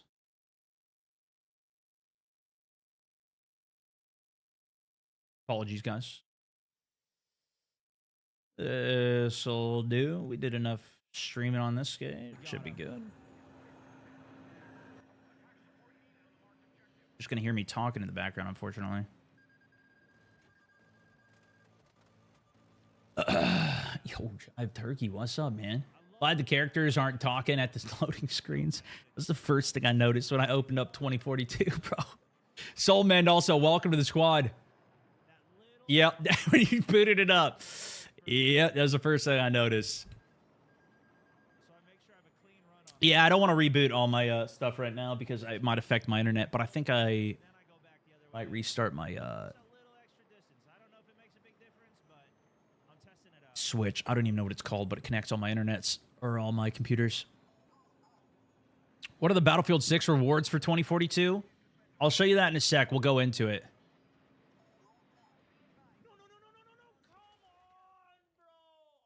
Had to play Open Weapon Conquest the second week just because closed was locked. You know, the worst thing that I experienced queue-wise was I was trying to complete the... actually, it was on this day. I was trying to complete the Conquest... or the assault and breakthrough, and rush mode challenges, and it was Ridiculous. I couldn't get the attacking side. I had to just keep on sitting queues over and over again. It was ridiculous. Really enjoyed the beta. Obviously, there's some things that they need to be tweaked, but can't wait for the full game in store for us. VR is going to be fun. If you told me this was an indie dev that made the game, I'd have believed you. Looked like BattleBit. Brother, I don't think this looked like BattleBit. I don't know. I don't know about that one. Plenty of speed to tight turn this. Get back up the mountaintop. Yeah, I don't know about that one. Here we go. Jet spotted. Does open weapon just make classes pointless though? No, I think the open weapon. I think the specific gadgets that the classes have, like if you run into a tank and you are support, just because you have a sniper rifle Okay, we're going in for Bravo. or a submachine gun is not going to change anything. Or if you're an assault who runs into a tank, you're once again not going to be happy having a sniper rifle. You know what I mean? Like, you're going to be just as dead. It's not going to make any difference. Jets up. Or helos up. You still need to have the recon C4, or you need to have the engineer's RPG to deal with it at all. Double whammy here. It's going to be tricky, though. I'm going to try and get a little bit more of an angle this side. When are we going to see the Silk Mountain video? Should be coming in a couple days. Will you be able to put the assault ladder on top of Jeeps? That's a good question. I think that's going to lead to more out-of-map stuff than anything, is the ladder. That's what we saw with the support class, the shield that they could put down. That's how a lot of people are getting out of map on quite a few maps, or is helping them boost themselves up. Especially because you could just put a pack down and resupply it. Does each RPG does 25 damage, or am I interpreting this wrong? It's a good question. I don't think it's necessarily directly 25. I know you get 25 XP for it. I don't know if the damage is tied to the score that you're getting though for the explosives. It could be. I'm pretty sure it was for C4s. Whew, barely made it out of that. I believe it was 4 C4s to kill a tank in one shot. Because a couple times I would put 3 on, but it looked like it would leave it at like 15 or 20% health, and I would get 25 XP for it. It's like 300 damage to tanks, 25 XP per hit. I don't think it was necessarily 1-to-1. It was 25 everywhere else, because I hit the weak spots and I 2-shot RPG'd a tank once. I didn't pay attention to the full XP, but I didn't notice getting more XP for doing that. The RPG would damage a tank but barely kill a player. Yeah, it was very weak against players. You'd have to direct impact them. The splash radius was very small. Even if it didn't do much damage, I felt like it would be nice if the engineer's RPG at least did a little bit more, had a wider splash. Even if it was just a little bit of damage, you can get a hit marker. I want to stay wide for a second. Tigger said it does matter where you hit the tank. It does. Yeah, it definitely does. I just don't know if that equates to score. I think that was the initial question. It's 75 on the back for a weak spot. You get 25 for damaging a tank. There's a small number near the crosshair that shows the damage, and it's around 190 for front and around 320 for back shots. Interesting. The fact that they're trying to push ladder as a feature, though. Yeah, I don't know. We'll have to see how it actually plays. All right, let me see if I had anything else, and then you guys down if we try some 2042? No connections, though. Jets back up. On it.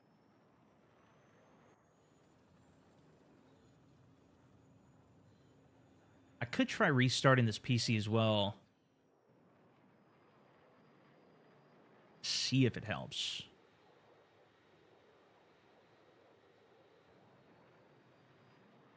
Let me try and restart Explorer first. Is it going to be 60 pounds? It's going to be 60 USD. I don't know how that equates to pounds.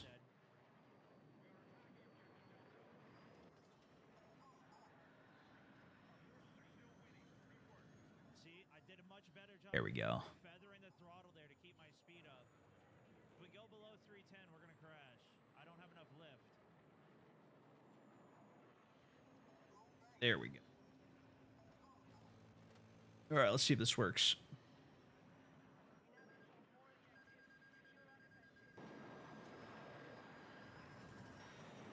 Oh, yeah, it's already way better.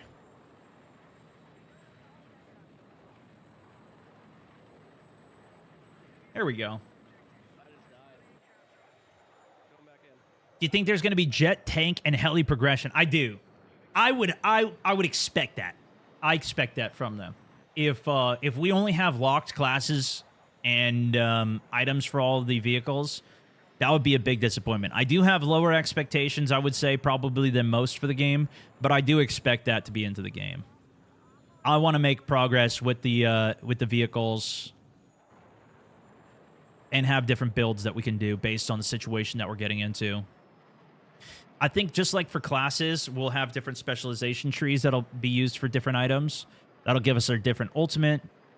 I really hope they give us proper bindings to change that 6 button as well. Otherwise, I can rebind it on my keyboard and do it within my PC stuff, but it's going to be a pain in the ass. It'd be nice if it just worked. I need thermals for tanks. Well, like in Battlefield 4, the gunner seat for the Apache, you could set it so that there was a thermal. Like, if you played it enough, you would get a TV missile unlocked. You would get thermal optic, a thermal vision, which was crazy. You had a couple different options of things you could go for, and you could put like stealth coating on the vehicles to make it so it took longer to lock onto you. You could do it like a belt feeder, so you could. Your primary autocannon reloads faster, doesn't overheat as fast. So there's different ways you could specialize into it. I'm really hoping that's in there. Battlefield 4 was crazy OP. Yeah, and they were way more nimble to fly the helicopters too.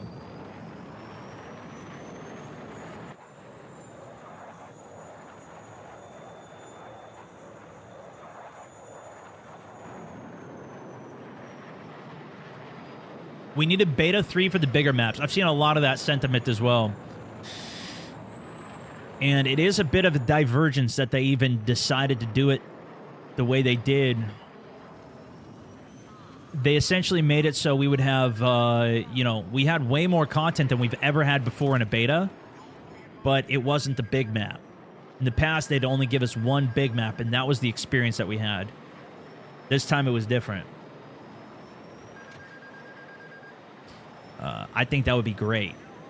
And I think that would probably help lock in for a lot of people if we had like Operation Firestorm for a third weekend. But I think realistically, they've done the test, they've done the trial, they've let people experience it.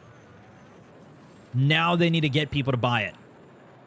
And I think they'll get way more sales by waiting and getting people to actually go on and try the big map and get the experience that a lot of people have been waiting for by actually having to buy the game. So I highly doubt it. That's why I don't think they're going to do a third weekend. That's why I was saying they're not going to extend the beta. Sometimes games do that. They're like, hey, here's an extra time for your beta. You can go along with it. I don't think that's going to be was I incoming there? Because that rocket never hit me. Yeah, it says incoming. But the rocket never hit. Look, I jumped out. It never hit.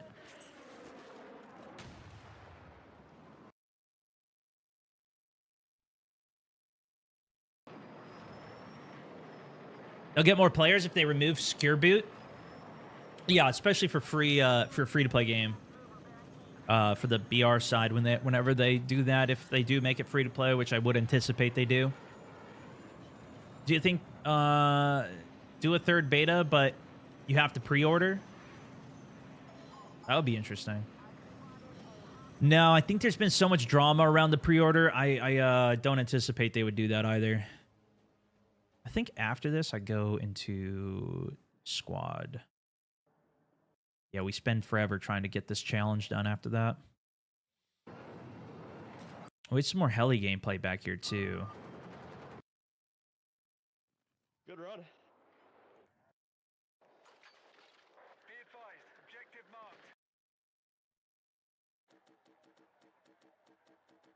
Battlefield 3 had Metro and everybody bought it. True. And that wasn't a big map. That was the only one they had available. But at the same time, yeah, because that didn't have the vehicles really in it either. Metro was the beta map for Battlefield 3. But what Battlefield 3 also had was a ballistic system that was very different from COD, right? You had to actually deal with lead and drop. And that game coming out also didn't do as... Like, it still was a pretty popular game, but I would say it was still a much more niche game. Do you think they would add joystick support for the jets and helicopters? Does anybody know? Was that available? And maybe you're asking that because you tried it yourself. But were you able to use a joystick for the helicopters or the jet inside of the beta? Because that was a question that I had from a lot of people prior to the beta even coming out, and I've never played with joysticks, so I don't even know. In the beta, in the BF6 beta, could you do it? Could you bind everything? I would imagine it's just a matter of binding the actual things. I played mouse and keyboard, but if I got a jet, I would switch to controller.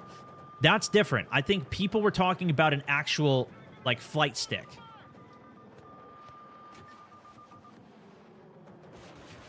HOTAS, is that what it's called? HOTAS and VR support from the vehicles would be out of this world. Now the beta's over, what did you think? You hop on Helldivers 2 for a little bit? They're doing a collab with ODST, with Halo? What? That's kind of wild. Whoa. That might be fun to check out. Yeah, I don't know. My brother tried HOTAS and it didn't work. I'm assuming that's the flight stick thing, Scuffed. Oh, accidentally jumped out. Not to mention that Metro had a far more cohesive design. Yes. Yeah. It was much more cinematic with, like, the jets flying over, especially for Rush.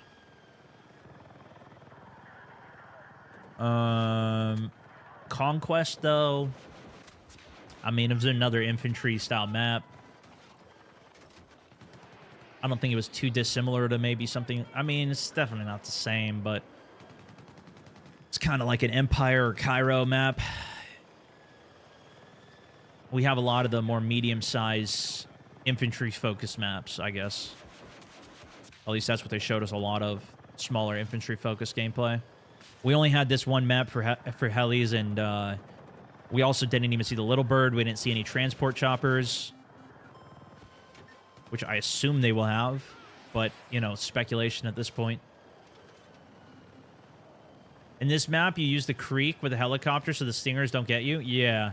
And the big counter that kept happening to me is that those stinger users would go to the edge of the creek and then they'd just kill you. And if you're playing NATO side, you could use this rock more because it actually resupplied your ammo too. I didn't do it until this gameplay at the end of the day, where I started using my shift and spacebar correctly as well for sharp turns. And then I also was using way more of my rockets and then just going for a refill. You had 14 rockets to shoot. And then once you shot them, you can go refill. So you see me get quite a few more kills in this gameplay towards the end of the day, the one you're watching here. They're going to have drones. That's going to be a recon. Free look drone, mark the battlefield and everything. Did the helis... Hey, what up, Macy? Did the helis feel a bit more janky compared to Battlefield 4? Or do I just need more practice? No, they were far heavier. Battlefield 4 helis were... You could turn them, you could move way more nimbly in them. They were much easier to control. This was like trying to turn a boat. These were difficult. Now, there was a solution that I heard from somebody saying you needed to crank your sensitivity, and I did not get to try that. Potentially that helps. But I used a trick. So I used rifle aim on this, which essentially made it so my mouse is what was fully aiming for the helicopter. And then I could use shift to do a turn I only could use my mouse to turn up and down, to pitch up and down, but I could use my keyboard to max roll, so I could roll left and right very quickly, and then I could turn the entire, I don't know what you call it, the rotor or whatever, the back rotor, help me turn 180s, and I could do that at max turn speed without having high sense, because I would just hold the button down, and it would input the max turn speed. And that felt a lot faster. It did feel better, but it was still very slow. So I think, realistically, when it comes out, I'm probably going to try and up my sensitivity and see if that feels any better. But even still, I would say this felt slower than whatever it was compared to BF4. I think it should be closer to what BF4 was. But these were hard. They did take a lot of practice, and even the Jet took a lot of practice. And realistically, you couldn't get practice in this. You need to have a private firing range that you could just go and fly on. And I think what's even better, though, than the private firing range that they had in Battlefield 4 was the portals in 2042. As much as you might hate 2042, they have a really good way to fly. So that's what I've been learning, is just playing 2042 and learning to fly in there. Hope all is well, Stone. Thanks for entertaining us always while I'm at work but working on my side project. Hey, 90 much months love, total. man. Much freaking love. Andrew, 90-month subbing to page, Discord subbing for 1 year since the switch to the multi. Appreciate you, dude. As always, massively appreciate you, Ben. They're looking into the heli mechanics, though, so I'm hopeful it's better at full release. Yeah. Even if it is a sensitivity thing, I think the other element that they need to do sensitivity-wise is they need to have it so there's a separate sense for the gunner seat and for the helicopter seat.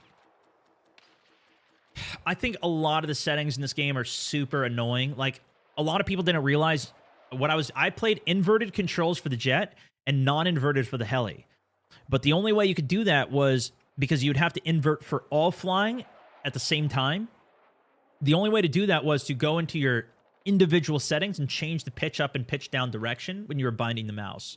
So I set it for inverted, and then I would go to the other one that I wanted to be non-inverted, and I would change the pitch to be the opposite direction so I could have both. They definitely made the settings confusing, yeah. Yeah, even like the ability to change the camera was under the mouse What and key up, Stone? settings. You're still enjoying the new Battlefield, or do you prefer Warzone? Arjez, thank you, my good sir.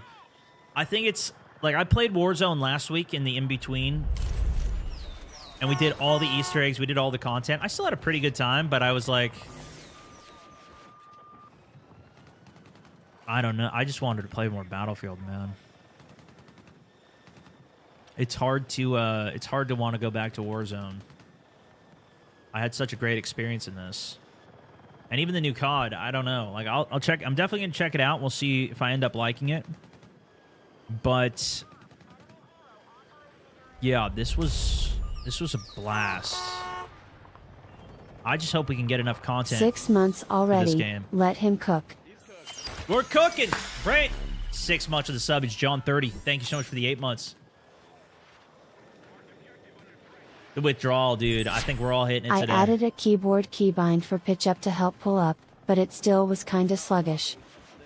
Yeah, so you need the spacebar for it, but you also need to be at the correct speed. So if you drop your speed below 315 and you try to hit spacebar, there's no way you're going to get enough. You don't have enough lift, so you'll still just go crashing into the wall. And that's where you kind of need a lot of reps in.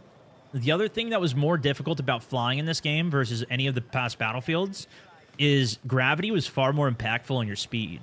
When you were going angled down, in the past, you could hold the throttle backwards and you would, at least I remember, slowing down a lot more. Like, you had more control of your speed. In this, if you were angled down, pulling back on the throttle, you would still be accelerating quite quickly. Likewise, if you were going up, you really had to hit the afterburners to get your speed back. It was definitely closer to Battlefield 4, but this felt like the speeds were way faster than even what Battlefield 4. Like, the Jet felt way faster. If you were going full afterburner, splitting, going full speed down, you were going crazy fast in this. It felt really fast. it really came down to a lot of speeds. And on top of how fast it was to just die, you would, you know, you got an enemy jet on you. There wasn't much dogfighting. There's a couple situations where there was a dude that was getting away from me on Saturday when I was playing. Actually, in this gameplay, it was later on. And I outmaneuvered a couple guys, but if you let them get the shot on and they, you know, they were decent in aiming, you're dead. I was meaning for the heli lol. Oh, yeah. Yeah. I mean, even heli, yeah. If you dip the nose too far forward, you couldn't pull up. I didn't try doing spacebar for it, so that actually is good intel if you were using that for it and you were even spacebar, because that would put the max input in. If you were doing max input spacebar lift up, pitch up, and it was still slow, then even if you increase the sensitivity, it would still be slow. So I don't know how that would go. Brent Bauer, also 6 months of the sub, which appreciate you, dude. John, 8 months subbing it in. Yeah, that was when I crashed into the wall. We were on such a crazy tear. I was trying to give some time over the point. The Wang raid coming in. Hey, what's going on, guys? Fixate, big raid, big love, my good sir. As always, hopefully the finals was going good for you this morning. If you guys haven't been watching Fixate in the morning, he's been doing a lot of streams on YouTube on the finals, which is another game made actually by Dice developers and has insane destruction in it. Like, incredible destruction, and every wall you're going through it. It's so cool. I was thinking maybe we even play more of that in the downtime over the next 2 months. That's also a game made by Embark. We're planning to check out Arc Raiders. And we've played that pretty much every season update for the finals. We do go back and play it, but that also seems like a more niche game that maybe more people will be interested in after playing some more destruction in Battlefield 6 in anticipation before the launch. So we may end up doing some more of that as well. Do you think they're going to get a full map maker in Portal? That's what it seems like. I don't remember. It was called like Get something. I don't remember the name of what it was. But if you saw the trailer, does anybody in chat know what it looked like they were using for the trailer of Portal for the map designer? Because I don't know if it's just going to be minor assets or if it is going to be... let me see if I can find the clip for it. Oh, this was the picture that I saw, by the way. It's in the thumbnail here for Ghost. But you see, this is the map for Cairo in the middle. And Valley is the gray map here on the outside. I don't know if this is a true picture, but like that would be an epic size map. I'm very keen on that. That hopefully should be good. That's like Firestorm level. So we might get some bigger maps here.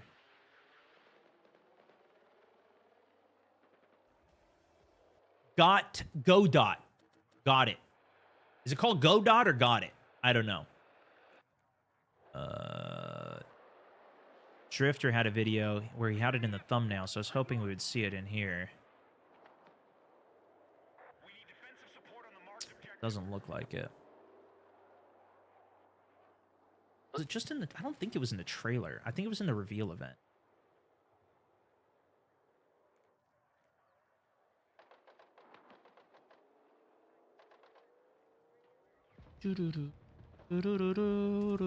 Yeah, this was just the trailer. This is such a sick trailer, though.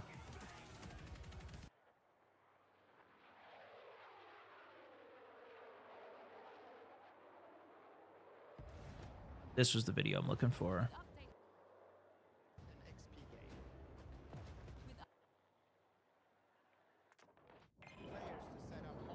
Let me pause this real quick so we don't hear it.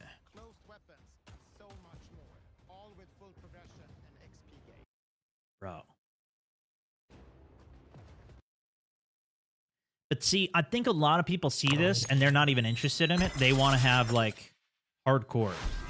But that's also going to be an element of it. Even if you look at 2042 and you go to Portal. They need to rebalance the sniping. It was never a problem in prior titles. They took the skill out of it. What are you talking about, Milky? Can you elaborate on what the skill difference is? Are you referring to like the lack of drop in the sniper? But if you look at 2042's portal and you click on something, you can see like there's moderate XP from this, or if you do BF3 Conquest, this is just normal Battlefield 3 Conquest. Oh, I don't actually want to queue. Cancel. Restricted XP. But there are ones on here that are just normal ass full XP. Yeah, see? 24/7, 128 player. This is moderate XP, but there are ones that do have full XP. Let's see if this one does. Moderate XP. Maybe that's as close as it gets. But you can play then if you want to hardcore. So like if you want to go play hardcore on Portal, you queue Conquest Hardcore here, and it'll put you in a queue for it. This is what I'm anticipating. Like, and this is where I think they can actually solve a lot of the people that want to do it. It's restricted because of bots. Yeah, you can set it so there's no bots in the game, and then you should be able to do full XP. Did he respond again, Milky? Let me see. You could just put it in chat if you want. I'll keep reading it. So this is the map customizer here. Let's see. Right? And this is a bit of my concern, is that yeah, go dot projects.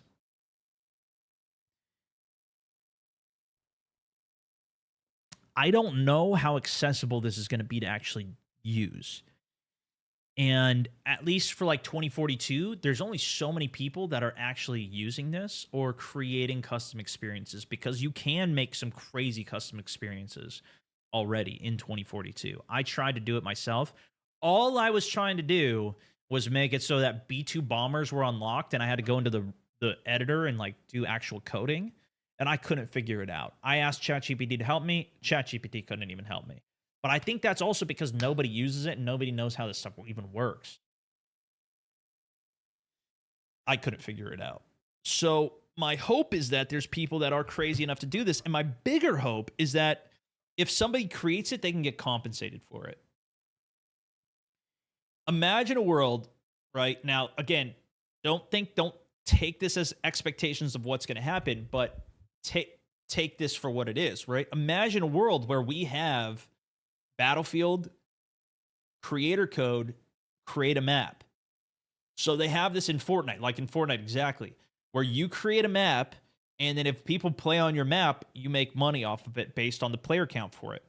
If you could create Operation Metro, spend, some time, make Metro, and then when people play it, if you have player count, there's people that make hundreds of thousands of dollars every month off of the maps that they create on Fortnite.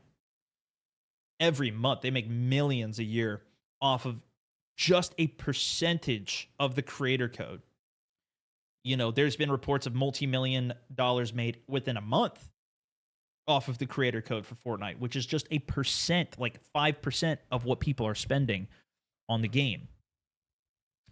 To where if there was that level of support for community, now, if you have that kind of funding, now you can hire other people to help you develop maps and content for the game. That's how you build sub-communities, and that's one of the benefits to the streamer ecosystem that I think a lot of people hate streamers, understandably, sure. But there is a benefit to, a community within even if it's not a creator, but like even within Battlefield, they had different websites that were run. I forget what they were even called, but there was a bunch of different ones. We even played one that was like a fish market one. I don't remember, in Battlefield 4 like 2 weeks ago. But there's people that they used to have to buy a server. So then people would buy a server and they'd run it for a community. And then there was like a small sub community that would all play within these couple of servers under a certain rule set. They'd probably have a Discord. They're all hanging out in Discord, and they've got like their sub community within it. That's what this kind of empowers. But then if you can then fund it and you can make more money within a community, then you can do even more bigger things with that. To a similar effect, even with my channel, right? Like now, it is different than what it used to be, for sure. But now I have editors that help me do all the videos that I do so I can do even more content. Some people still don't like that. Some people do like that. Some people like to see the extra content, whatever. Some people don't. And there's different angles to that, even, within it. But nonetheless, Find and share exciting new experiences made with Portal. the opportunity sure looks like it's going to be there. The question that I have is it going to be there at launch? It will be easier than ever to find and share exciting new experiences made with Portal.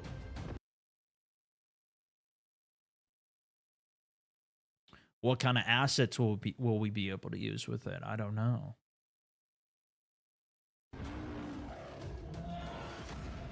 We can't wait to see what you create, share, and play.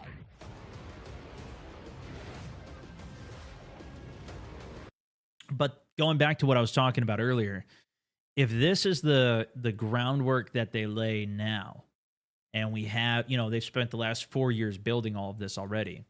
If this is the groundwork that they have now for it all, 3 years from now, the next Battlefield comes out, that might be where we start to see the next layers of expansion off of it.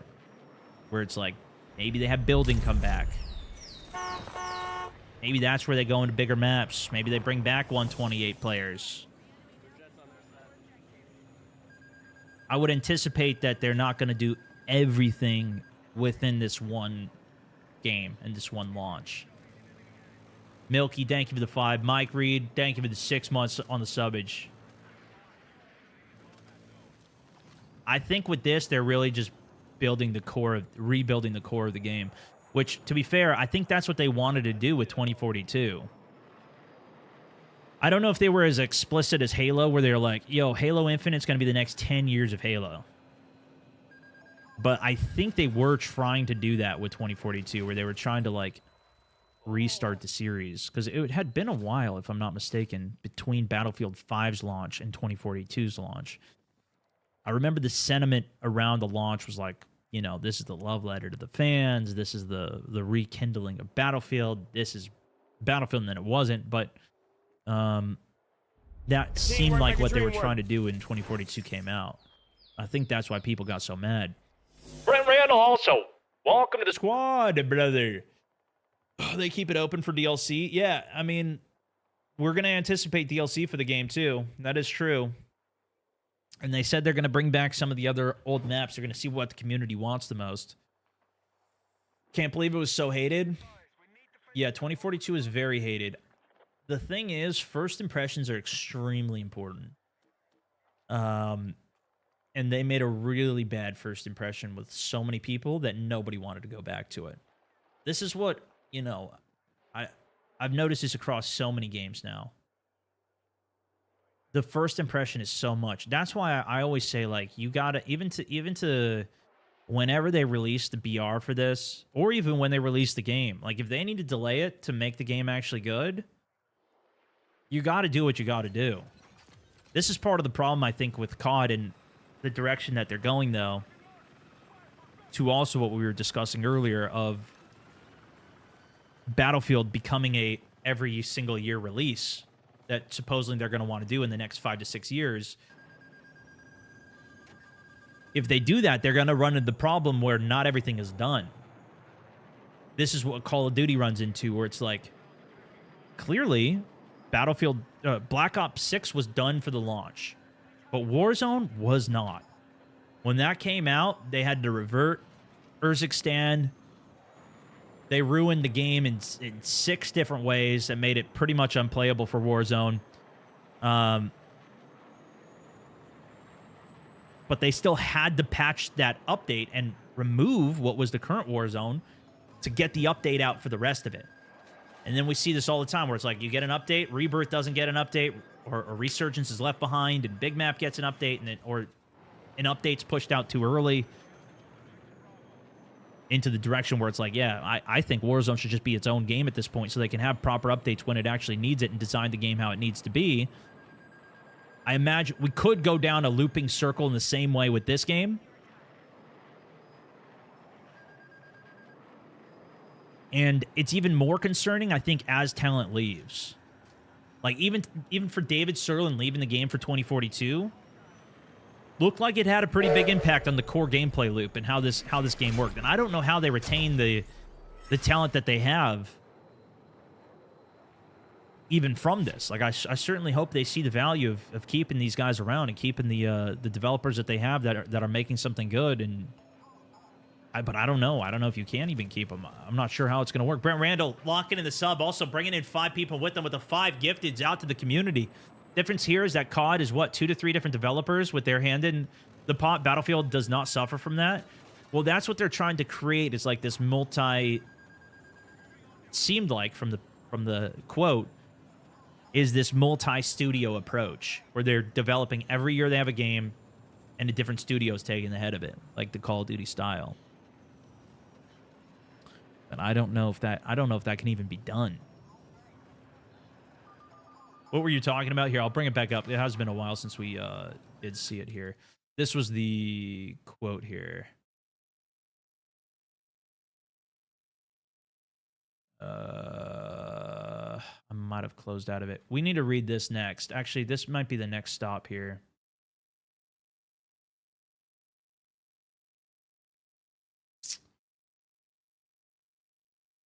I think it was from Battlefield Comms as well. Here, let me leave this open. Let me see if I can find it.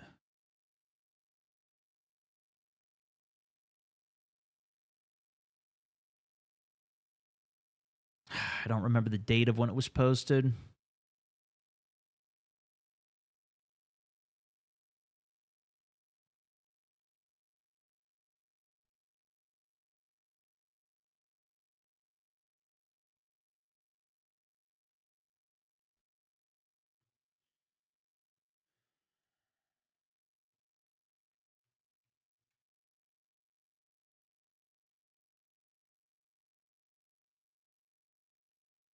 Sprint speeds we were looking at earlier. It wasn't that.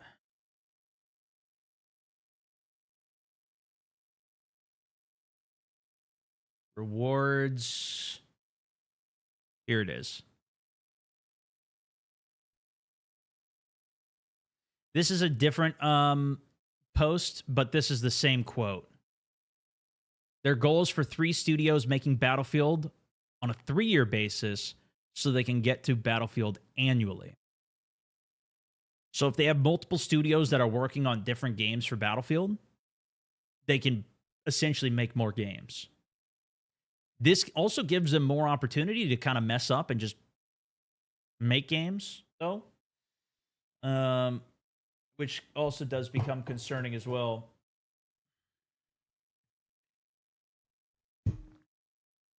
But the rest of the quote was that it would probably take 5 to 6 years to get there. So maybe in 3 years we get a game. Maybe another 2 years we get a game, and then maybe they start going yearly. A yearly release is a terrible decision. One of COD's biggest problems. And you want to copy them? Absolutely not. A release every 2 to 3 years, even 4 years is ideal. Quality over quantity.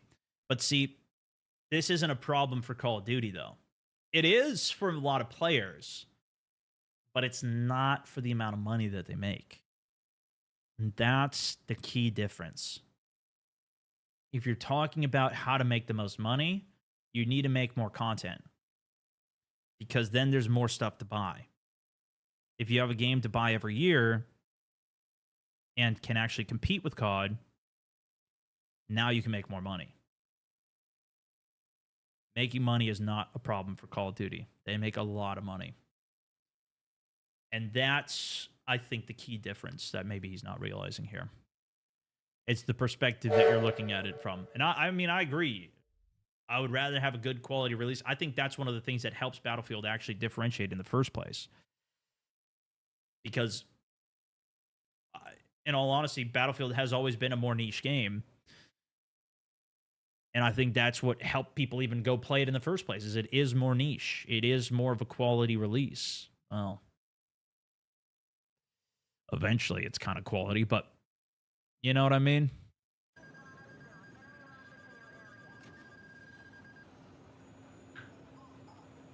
They brought on the talent to make them more money.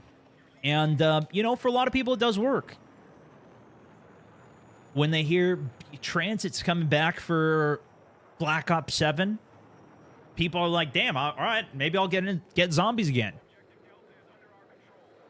Bringing back Raid. There's been leaks that that's going to be a thing as well. There's been leaks that I think there's 16 maps on launch for COD this year. Maybe 3 of them were remakes, or maybe there was 16 and then 3 more were remakes. I don't know. They haven't officially said it yet. But I saw some X posts talking about leaks for it this year. But a lot of people, especially, let's say you haven't played for the last 5 years because you've been busy, got a new job, had some kids, whatever. Went through school. Maybe it's even going to be your first COD. There's still more opportunities for that even first new player experience when there's a new game every year. Maybe this person, you know, is finally going to be getting a more mature game. Getting off Fortnite, want to try the latest Call of Duty. Boom. Now this is your first COD. A lot of people, Black Ops 6 was probably their first COD. Going back to like what were the glory days for your gaming or whatever in high school, college. It's probably new stuff for people at this point as well. That might be the thing that resonates with them. And you have more games, you have the opportunity to get the new game. You're probably going to do that versus going back and trying to play Battlefield 4 in today's day and age.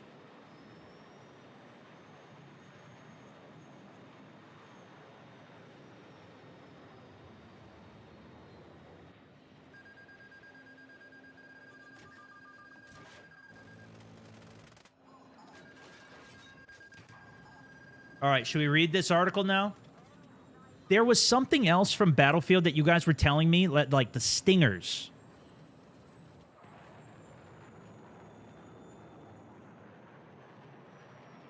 Were getting patched.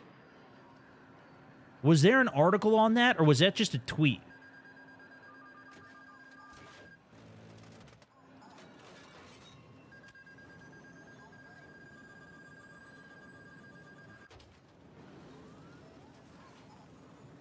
Do you guys know? Did they do an article for it? Problem I see with COD is that the amount of players with extreme numbers. Me as a dad with a job can't compete with the current player base. Casual just means that they're... Yeah. You're not good anymore. No one wants to feel like that. Yeah, I get that. We need a Battlefield dinosaur mode. The anti-air was insane in some of these games. Yeah, in pretty much everything, because... Check EA's forums for it.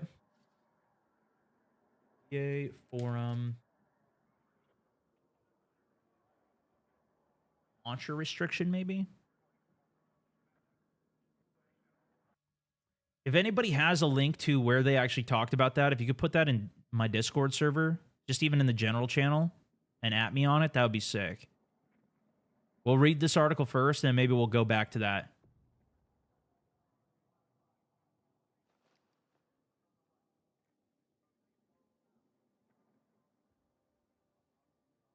I saw this post, too. I don't know where he got this from, though.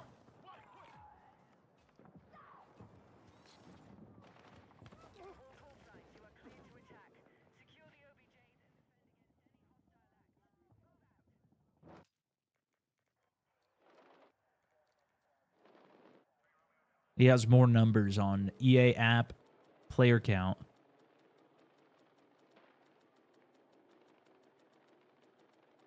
Yeah, I don't know where you get that from.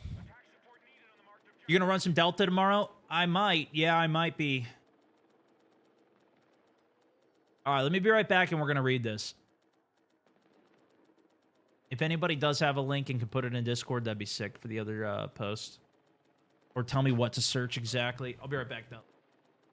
I'll give you guys at least a jet run to see. 1 second.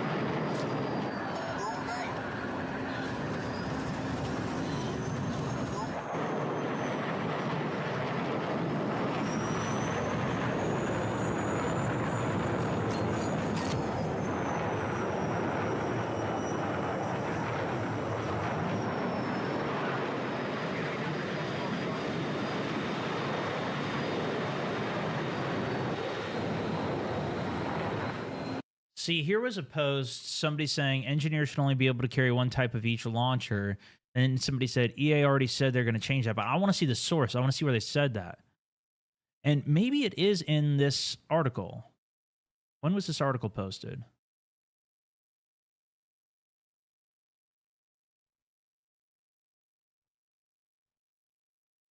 "2042 update." It doesn't say the date. But I think we'll read this and then we'll get an idea. I think this is the road of... This is new, though. This is a new post.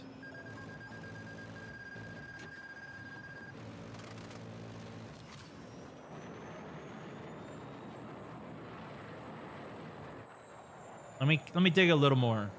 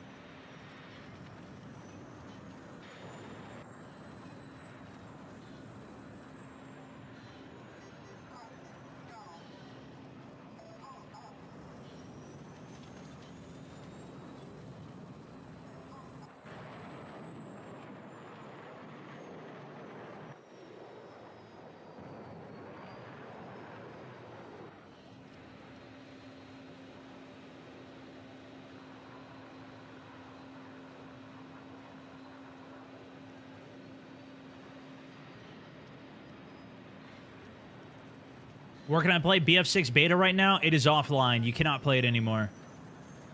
DMC's had its flaws, but it's super accessible, less sweaty of a game. Yeah, I think it's just less sweaty. People play the game in general. Most of the people who play DMZ aren't that great. Dan, thank you for the 13 months, man. How are we going to wait 6 weeks for this? Is it 6 weeks? I think it's even longer, isn't it? The 10th? Pretty much, though, yeah.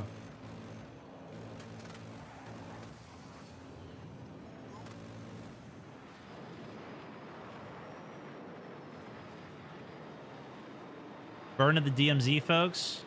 I mean, there's still good players that are in there, but in general, like compared to the Warzone players, the DMZ players were not as great.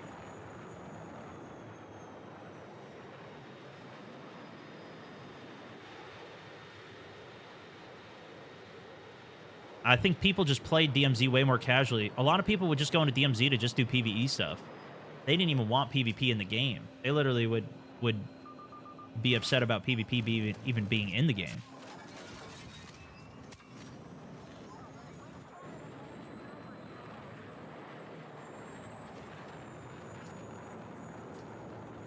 All right, I asked Grok.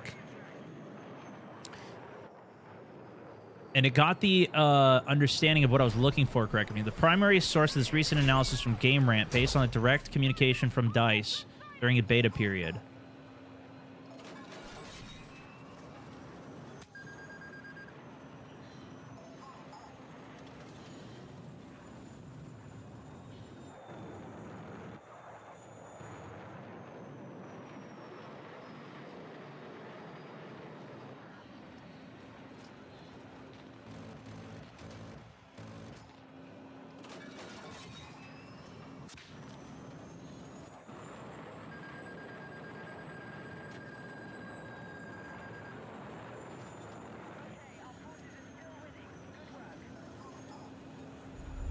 I said, give me the actual link, because this was another Reddit post talking about it here. Having 2 gadgets is good. Pretty sure they mentioned in a blog. Where is this blog that people are referencing, though? That's what I need. The last alpha bill had it changed. Why is an alpha more updated than a beta? Server stress test first and foremost. So why Recon still has a beacon instead of assault? That would make sense. But to my knowledge, this isn't still not from the devs. The devs have already said that.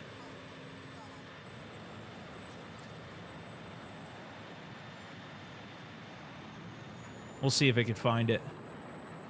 Diesel, thank you for the 6 months, subbing it in. RN Jesus also, thank you for the gifted, my good sir. I don't think I've seen you play the game without a jet. Yeah, I've done a lot of jet gameplay. I had some on the boots on the ground gameplay at the end of the day. This was the M417 that I was running here. Just trying to get my assault stuff done. Go look at some of this gameplay.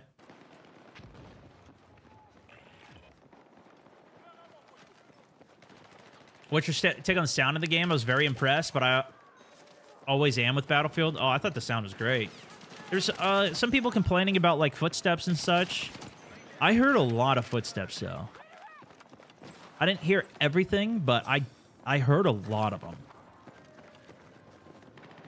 But like even right now, you can hear. I'll turn it up a bit. And see, I hear footsteps on the right. But what I was doing there was I was crouch sprinting, so I could hear better. It silenced my footsteps a bit more and let me hear better.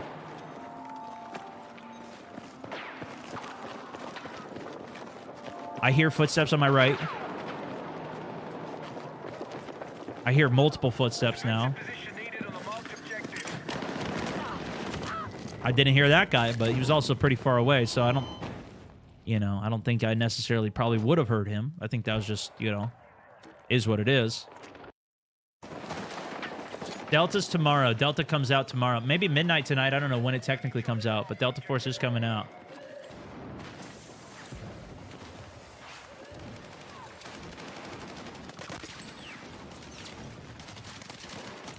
Yeah, some people like the war tape sound. I know Tom liked that a lot. It did sound cool. Like, it made it a little bit more distorted for the high-end sounds. But it kind of seemed more like I was watching a movie at that point rather than being in it. So that's the best way I could explain it. So I just left it on the default mix. I felt more immersed just actually being in it with the sound than hearing it like it was from a speaker. But I don't know. I didn't really mess with it that much. I didn't get to try flying the heli, but I love the heli in BF4. It's a lot heavier. This one was a lot heavier, harder to fly than BF4's. It was a struggle. I think it should be made a bit snappier, more like BF4, but we'll see. What'd you think about the incendiary grenade? I thought that was crazy strong. Crazy strong. At least you could still shoot, but it was hip fire only if you got hit by it and you were on fire. And it did a lot of damage, too. I got quite a few kills with that thing. That felt better to me than... the regular grenade launcher.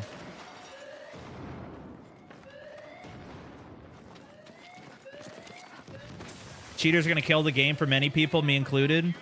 Yes. If you... The one saving grace is you can play against AI only if you want to. But I don't think that's a really great experience. I think at that point, you're probably better off just playing a fun single-player game. Just go find a different game to play. That is pretty much unanimous, I would say, across every single multiplayer game. I don't think you're going to find a single one right now that doesn't have cheaters unless it's a completely dead game that nobody even cares about or plays in the first place. And if it's an old game, they're usually full of cheaters as well, even if nobody barely plays it. Like Star Wars Battlefront, if you go play that, it's just... You might get some good lobbies, but you're going to run into a lot of cheaters as well.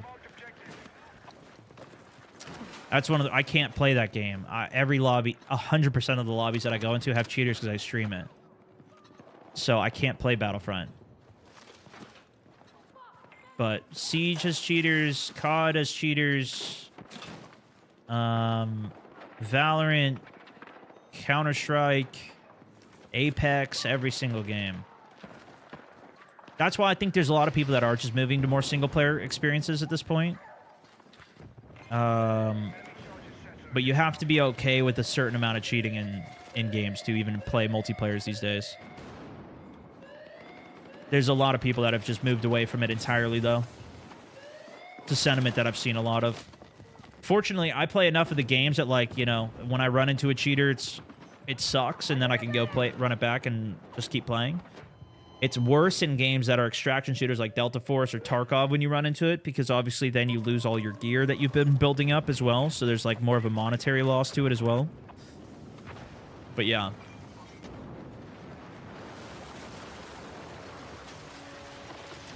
Battlefront 2 has been pretty rough. That's one of the reasons why Helldivers is so fun. Exactly. Perfect example. You can go play Helldivers. It's co-op. It's still a shooter experience. That game is a perfect solution for cheaters because it doesn't matter even if you have a cheater on your team, because it's all just like PvE stuff anyways. Who cares if this guy's got more progress or has a big game in a, you know, tier 10 mission or whatever? Doesn't really matter that much. Embark has been cooking with great AI anti-cheat as well. I haven't seen too much complaining about finals cheating. I don't know how that's been. Cheating's been a thing since the dawn of time. Even COD still had modding controllers for console only. It's honestly just how well the devs combat them. I wouldn't even be opposed to hardware bans. Oh yeah, I think so as well. That's why I'm fine with like secure boot. Forget what else it's called. Kernel level anti-cheat and all that stuff. Yeah, I'm not opposed to it, personally. I'd rather have a game be more secured. But even on console, people cheat. People use modded controllers, to your point. They use Cronus and, you know, all these different things to give them an advantage. Get rid of the recoil, whatever. Apparently, there's also AI cheats on console now as well that people utilize, so... You know, there's only so much you can do. What I find is a lot of the people that do cheat usually suck. So you can outplay them. Like, people that are aimbotting in Warzone a lot. But you do have to be fairly good to actually successfully counter them. And then there are also, you know, the people that are really good that also do cheat too, which is a problem.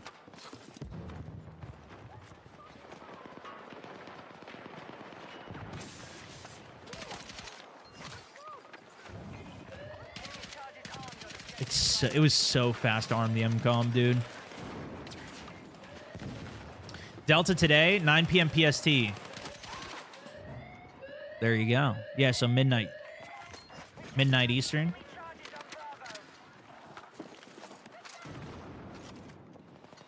Main issue with hardware bans is the hardware ends up being secondhand marketed as well. Yeah, and that is a big problem.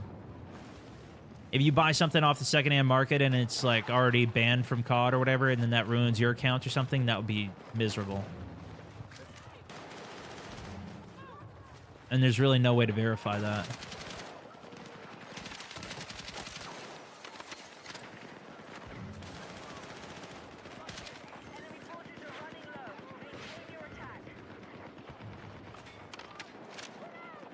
Yeah, it decreases the player count too, right?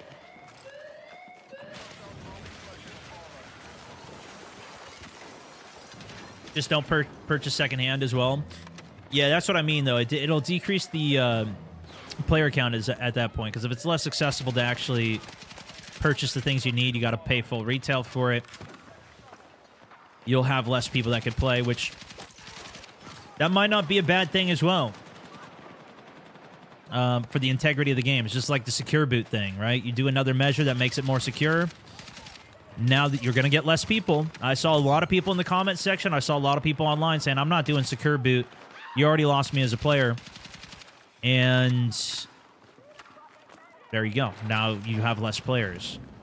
But if that makes the experience better for the people who are willing to actually, you know, shell out, it's similar to the thing of like some people would say, and to many degrees, I like this element for a lot of things. For certain games at least. By having a game you actually have to buy, you're also going to deter more cheaters because it does make the expense go up for cheating.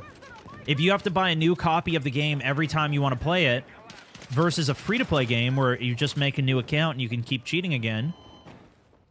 Having a more expensive game, having a bigger barrier increases the quality of the players that you'll have there.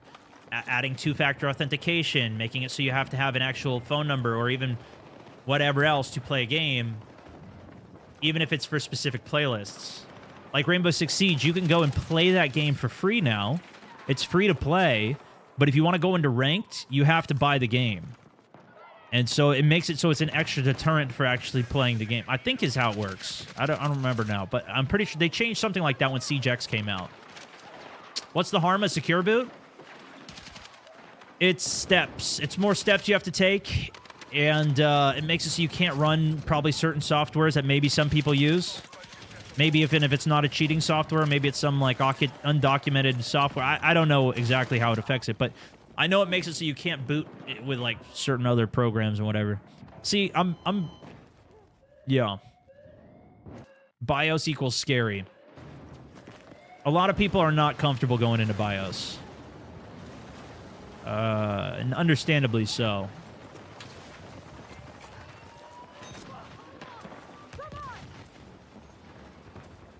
Rainbow Six is chalked right now because of cheaters still? Exactly. That's exactly my point. It doesn't matter really what you do. You're gonna continue to whittle it down. You can just do the best you can.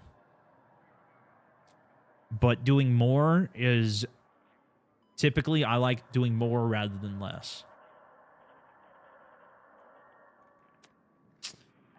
But I don't know. I don't know the depth of what it actually takes to do these things. Most Windows 11 machines have secure boot already enabled as well. Yeah.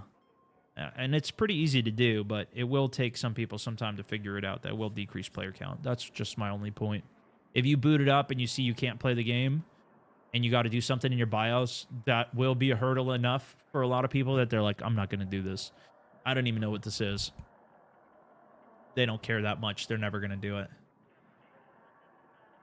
How many people? I don't know, but there are people.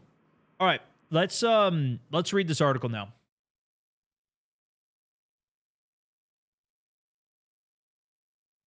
So, now that the Battlefield 6 beta is over, oh woe is me. We now have a new communication from Battlefield 2042 update. And the road to Battlefield 6. It looks like this is really more focused on actually 2042.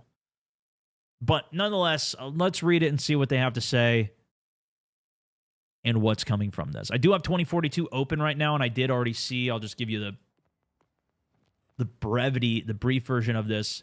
They have a whole bunch of skins in here, which you'll recognize from previous Battlefields. That is all free, so you don't need the premium pass for this one. This is just the free pass. Before every season, you'd buy the premium pass. These are all some pretty sick cosmetics. And the way they said it in their other tweet was that it seemed like some cosmetics would be unlocked in this game that would be in 2042, from 2042 in Battlefield 6. I don't think any of these will be, but let's see exactly what they have to say here. Today, we have a surprise for Battlefield 2042, an update for you as we prepare for releasing 9.2 on all platforms. Not only are you getting a new weapon and vehicles, a bunch of bug fixes and gameplay changes, but we're also bringing back a fan favorite from previous titles, Iwo Jima. Of course, an update like this wouldn't be complete without a brand new free battle pass, but that's not all. Playing the content of 9.2 will also allow you to unlock exclusive Battlefield 6 rewards. So this is what it was. Okay. So there is actual Battlefield 6 rewards from playing 2042 right now. The road to Battlefield 6 begins here from the Battlefield team. It used to be from DICE, and I don't know if it's like this even for 2042 as well. But now it's Battlefield Studios working on the game, not necessarily DICE. It's a multi-studio effort, at least what's going into Battlefield 6. Oh boy, oh, too bad I uninstalled it. There you go. Great way to revive a dead game. Great way. And this is one of the reasons why I was even, I was thinking they're not going to do an extension of the beta. I put a tweet out, give us a weekend 3. I'm hopeful, but in reality, they're not going to do that. They want to leave the tease as much as they can, so you actually go and spend the money to buy the game. Re-downloading 2042 now. There you go. Hot take, I'd rather have kernel level anti-cheat as combined to heuristics anti-cheat. Yeah, well, we can talk more about anti-cheat again later. Discover various community events, featured experiences, and double XP moments on Battlefield 2042 via our frequently updated community calendar. I haven't even seen this. Interesting. I would assume the things that they're doing for this will translate to Battlefield 6 and how they manage things. I've been out of the loop with this game for a long time, but it looks like they have community spotlight games that happen throughout. It's probably like different modes and ways they push the game. Okay. So I'll try and follow that more, and any big news and things we'll read on the channel here and see what we got, as well as the post that I saw from this originally, and where we're reading this is from the Battlefield.com's Twitter page. Anyways, they also have a Discord. Road to Battlefield 6, new map, Iwo Jima. Brand new to Battlefield 2042, Iwo Jima is a fan favorite previously seen in Battlefield 1942, Battlefield 1943, and Battlefield 5. Did any of you guys play this? I don't know if I played this in Battlefield 5. Anyways, in 2042, the map will feature an active volcano. So be on the lookout for some spectacle when you explore it. Well, yeah, I did. It was fun. I played it in 1942. Okay, so you're old. Confirmed. To really immerse you, the map also features boat landings, bunkers, and trenches on the reimagined 700 by 200 map that will give you plenty of options to flex the tactical muscles. Is this massive? 700 by 200? Sounds skinny with 200. I think if they're talking about like kilometers, I think like for Dansk is 800 by 800, if I'm not mistaken. Super old. It's a solid map. 1942 was my first Battlefield. There wasn't a volcano, though. Yeah, it says reimagined, so they reimagined it. So give you plenty of options to flex your tactical muscles. We're going to go play this in a couple of minutes here. We'll see how it is. Hardware update 9.2 will add 2 weapons and 2-volt vehicles to your arsenal. KFS 2000. It's kind of a FN 2000 looking thing. Formidable assault rifle. Looks cool.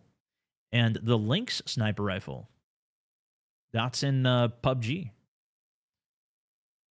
Players didn't participate in the beta will still have a chance. If you joined us during the Battlefield 6 open beta, you will receive the links with update 9.2. Interesting. That's one of my problems with Battlefield 2042 right now is I don't even have stuff unlocked. Like, I want to try the B-2 bomber looking thing, and I don't have it unlocked. And apparently, once you unlock it, you need like 180 kills to unlock the EMP jammer. I don't want to do that either. I tried to find a way to unlock it by a portal, and the rules editor was so complicated I couldn't figure it out even with ChatGPT. It houses a very large cartridge, mainly intended to demolish vehicles and deal damage to vehicles. A110 Warthog and SU-25TM Frogfoot. We also have 2 new attack jets coming to All Out Warfare, an A10 Warthog and Frogfoot with new and tweaked abilities. They fly into the roster with ease. Wasn't the Frogfoot a Battlefield 4 vehicle? I think both of these are Battlefield 4 vehicles. Stone salute, stone salute, stone salute. What's a stone kilometer? Salute. I don't know. I think they use that in movies. Wookie, thank you for the 9 months as well, subbing it in video games. It's like a video game thing. With the added abilities, teams have diversified their position and roster, and both jets are configured for vehicle busters. Damn. The simulator here. You got the Warthog coming in. Damn. Oh, we're going to go master this vehicle. I think we might have to go master this vehicle, guys. We might need to be 24/7 spamming this thing. And the Frogfoot. These had the JDAM bombs in Battlefield 4 that you'd have to be in first person to actually, like, look at. You'd look at like a map and you'd drop the bomb that way. You couldn't do like the third person bomb dropping that you could in BF6. We'll see what they have in here. Free battle pass, 60 tiers, 50 new rewards inspired by the old battlefields, 30 exclusive rewards for Battlefield 6 spread across 6 tiers that will be available at launch. Earn these exclusive Battlefield 6 rewards at tier 8, 19. Let's see what these are. Tier 8. So this is a Battlefield 6 unlock. That looks pretty sick. So, okay. Hold on. Let me go to the free pass. I'm gonna record this for a clip too, just in case we post this. Battlefield has done a free pass update for Battlefield 2042 that will unlock things within Battlefield 6. You can see the reward for this revolver here. We have a pistol skin that even has the 5 from Battlefield 5. There's a ton of other cosmetics that are for 2042, but these will be for Battlefield 6. In addition, if you played the Battlefield 6 beta, this is a sick tank here, IFV skin. You'll also get the Lynx Sniper unlocked in Battlefield 2042 if you played the beta over the last 2 weekends. That'll just be unlocked for you in Battlefield 2042, which we'll be taking a look at. Here's an Abrams skin. Hunting big game. If you didn't happen to get the Twitch drops that occurred over the weekend for it, this is a pretty classic skin. We got to get to level 49 for this thing to play this skin in Battlefield 6. Oh, I didn't realize this skin, the very final upgrade, level 60, this skin, I thought this was for 2042. This would be for Battlefield 6. I think I might need this. I might need to grind this. I don't know. Yeah, it would require a lot of Battlefield 2042 gameplay, I think, to max out this pass. But there you go. If you want it, that's how you're going to get it if you see people running around in it. Interesting. And that's the end of the article, too. Ooh, they leave you on the tease, brother.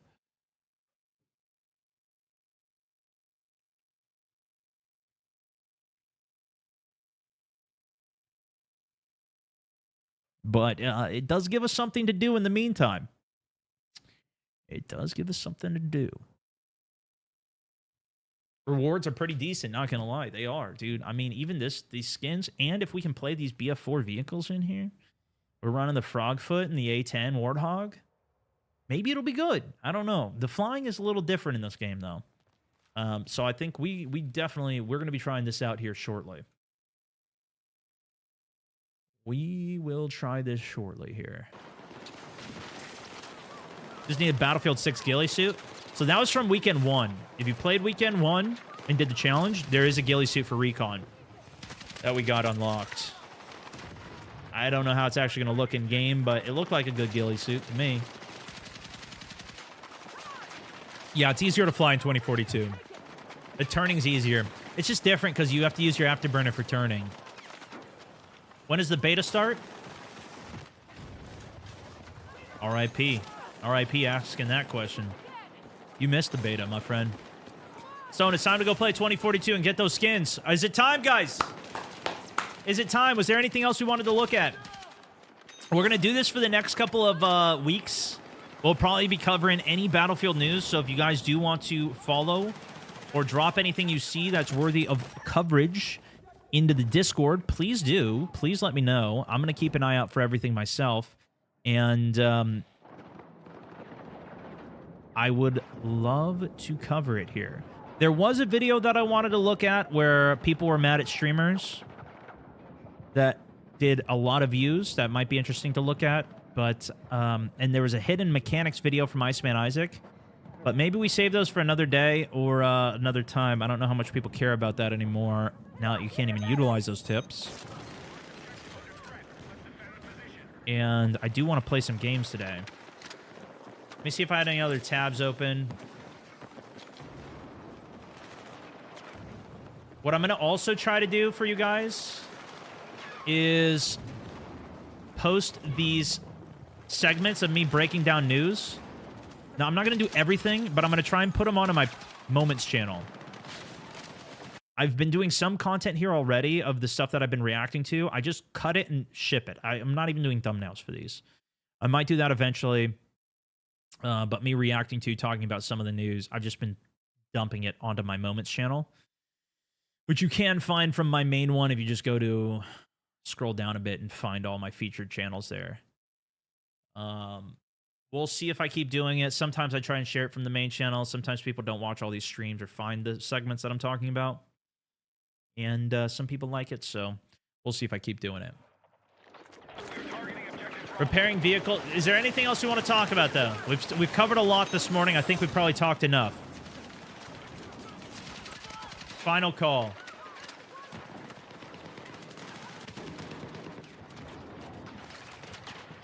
Closing out of some of my tabs. Here's the article. Okay, here we go. Grok found it for me.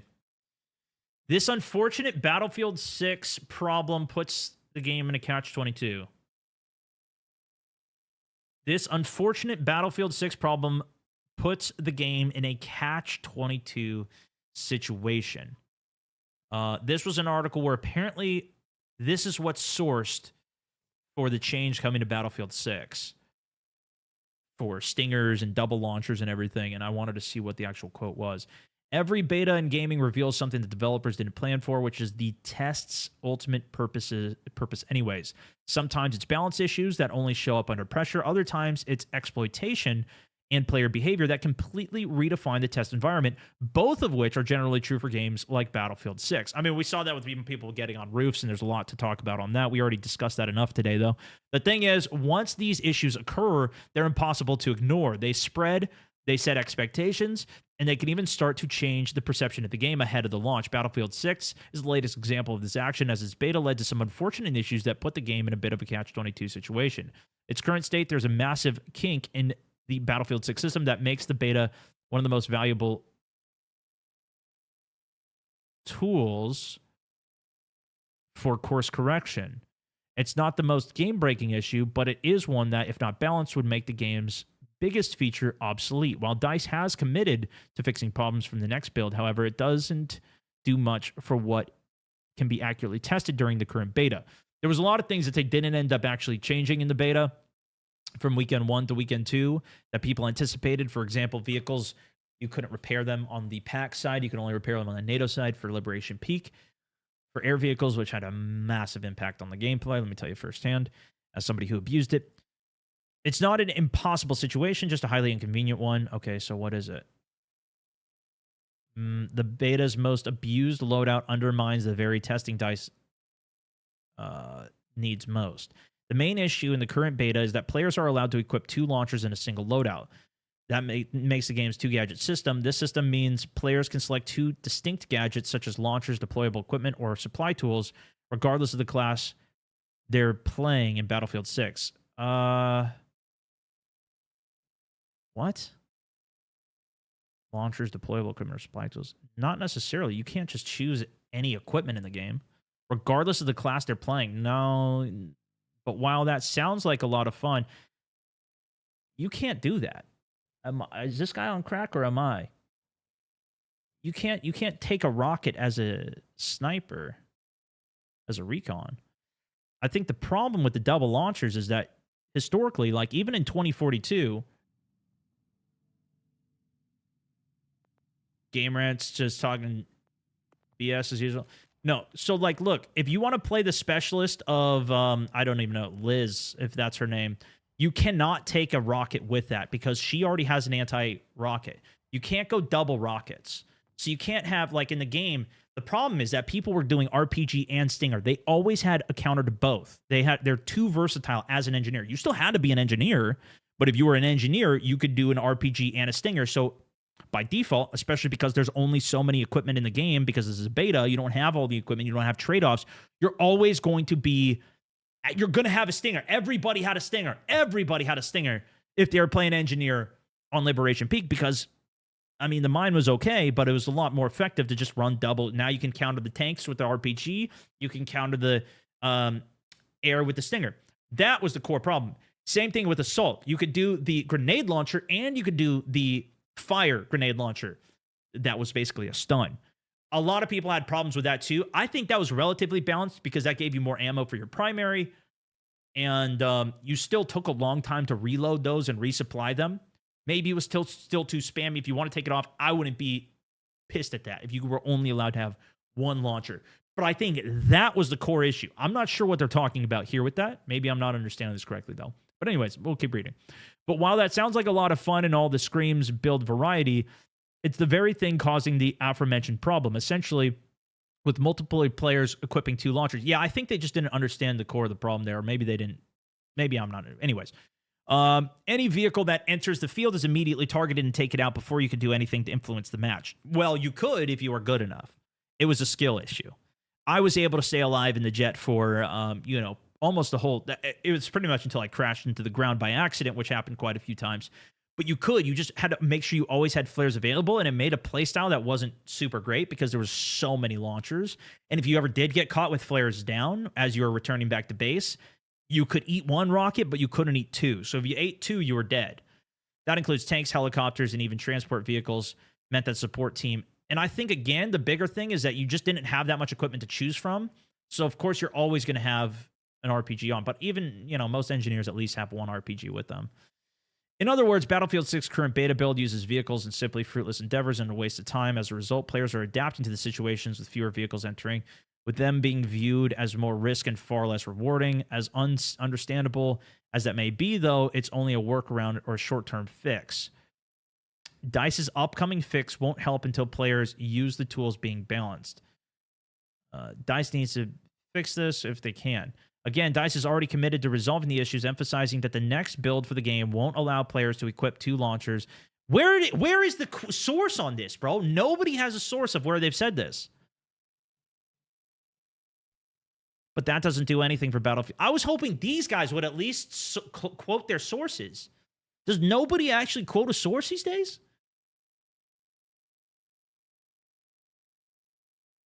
Am I crazy?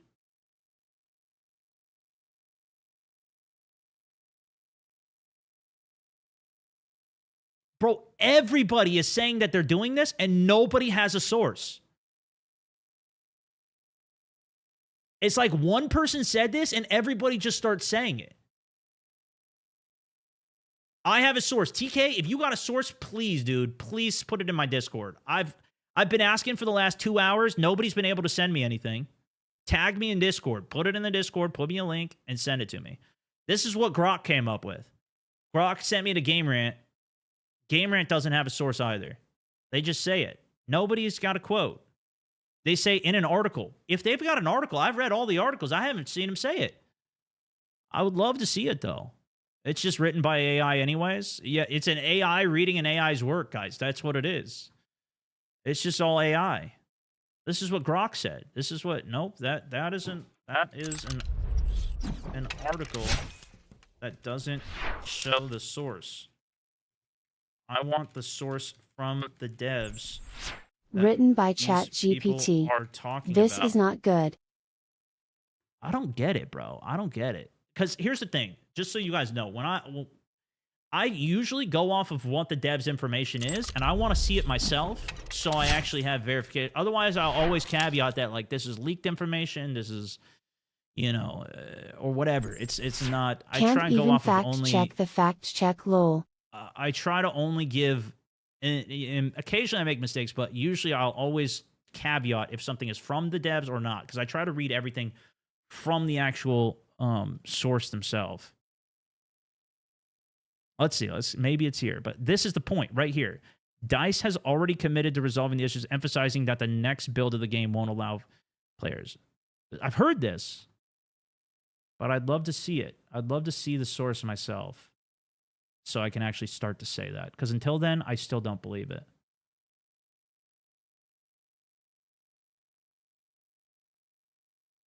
ITK got it. Community update. Battlefield Labs. Class System Part 2. Okay, we're going to read this one. WITK. Coming through in the Discord. This is the only thing that I can find, and it's from Battlefield Labs. You have to scroll down to the section that says what we've learned from Labs. Legend. Let's see if it's true. Let's take a look.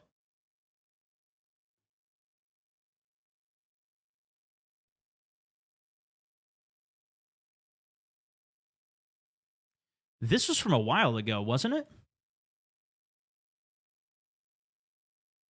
Does this have a date on it?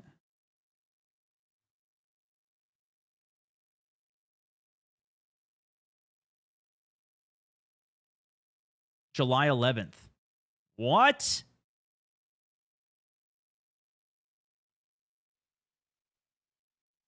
This is what people are quoting?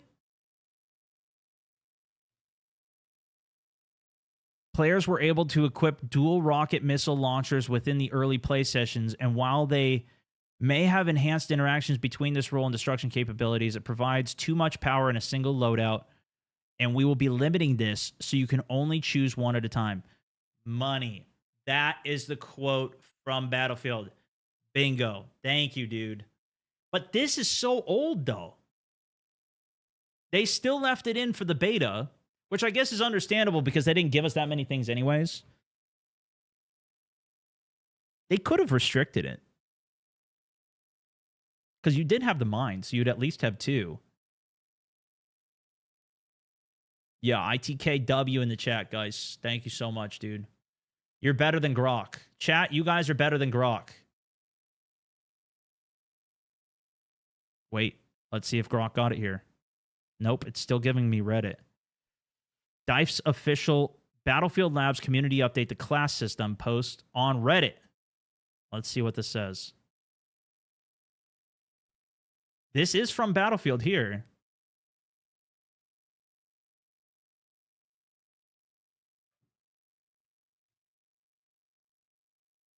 There it is. There it is. We needed one more Grok search. It took one more Grok search, but you guys did beat them. You beat Grok to it. Well done. This was posted a month ago. Teamwork make a dream work.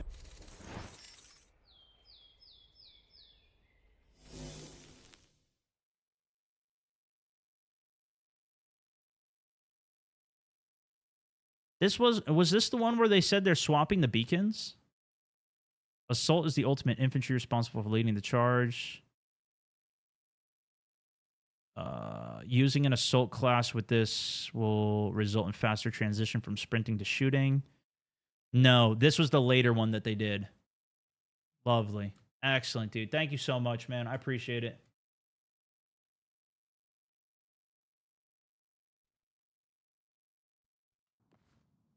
Okay. That one is more recent blog Reddit for the beacon.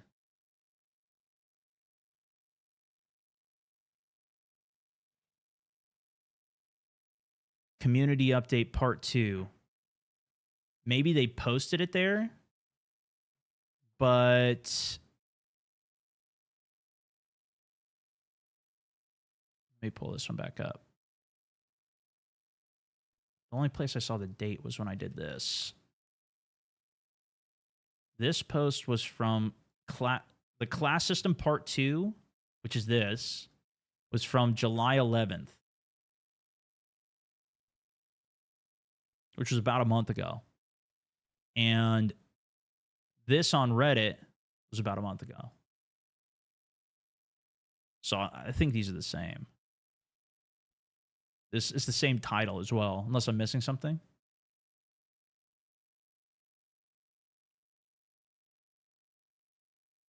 Even if we just go to the general news, this is Battlefield Labs 2042. News and update from Battlefield. Yeah. Okay, so maybe this is just the feed that we watch and read everything from. But this was a while ago.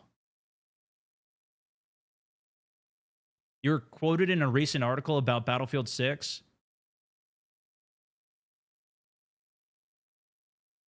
Interesting. Squirrely Pete also, welcome to the squad. Well, if there is anything feel free to send it into my Discord. We could take a look at it. If it's was it the Reddit homepage thing? Was it this? Teamwork make a dream work. And we talked about this at the beginning of the day. Amish Rakeman also. Welcome to the squad. I don't want to keep repeating too much here. I want to keep on moving on to new stuff, though. It wasn't that? Okay, sweet. If there's anything else, feel free to send it over. We could also take a look at it tomorrow, too. But I think that was it. That was huge, though. That was huge. Should we read this whole update on this as well? The class system part 2? I don't know if I read this. I do want to. Maybe I'll leave this for tomorrow or something. Class system part 2. I'll leave the tab open on that. Let's start working on our level 60 unlock then, I guess. Go play the new map. And I'm also going to bookmark this tab.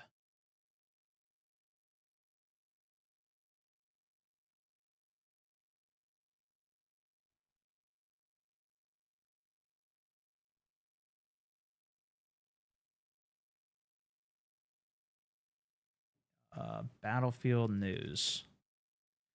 And then we can, whenever they post new articles and stuff there, we'll read them.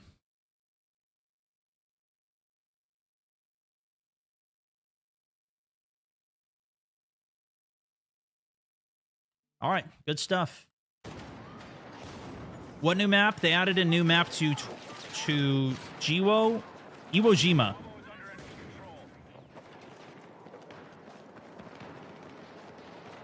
We're going to go take a look at. Yeah, that was a good opportunity, though, for them to just quote the source, though. Would have been good. At least for me.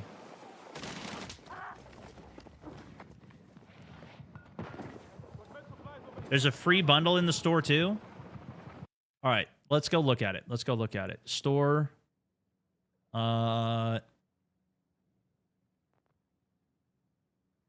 Season 6. Free. Like a Damascus looking skin. It's kind of cool. I don't think I've ever got anything from the store here. I have some credits. They also have this skin. Sure. Packs. 42? Sure. Interesting. But this is the free pass. This is everything that's in it. Player card background. Oh, look at that. It's the Zeppelin coming down. That's pretty sick. Irish. Golden M93R. Here's the Battlefield 6 reward.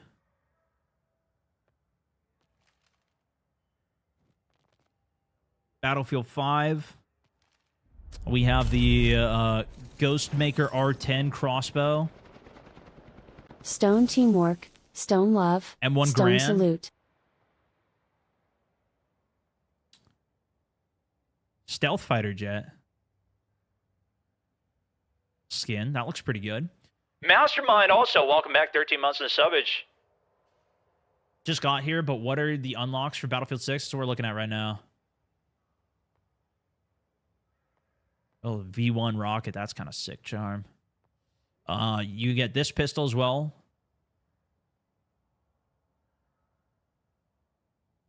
It's got a 5 on it from Battlefield 5, which is kind of cool.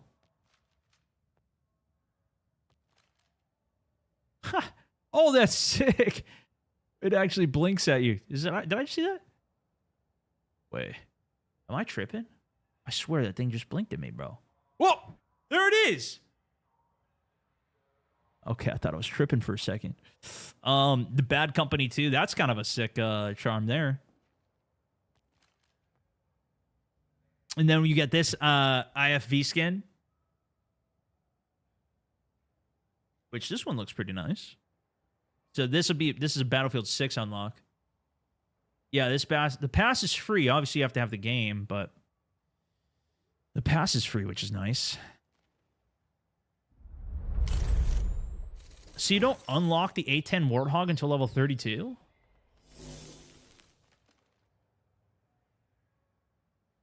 Battlefield 3 skin. Ha! You guys remember this glitch in Battlefield 3? The long neck? That's an actual player card in this.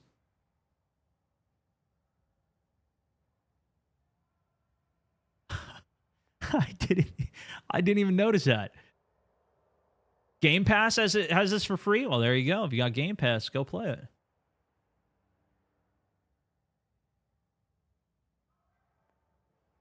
The tank and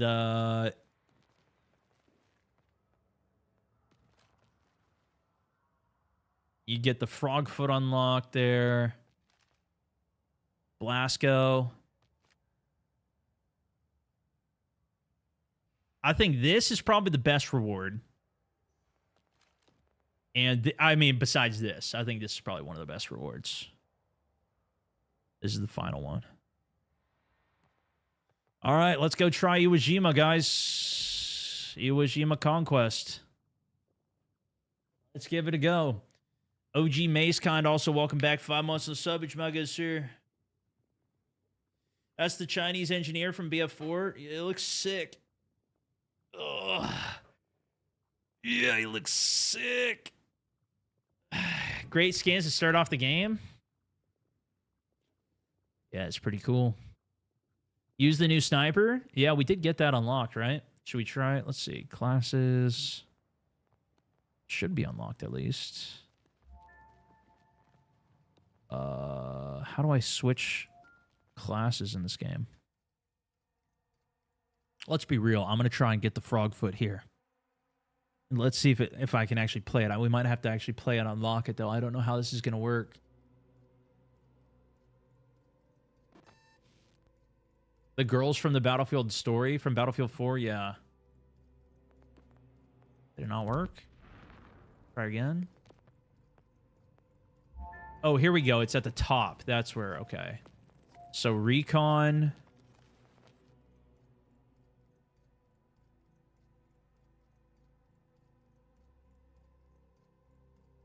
Yeah, the gameplay was just pre-recorded. The stream's not pre-recorded. Hopefully the specification of gameplay was helpful for you there, but I don't know.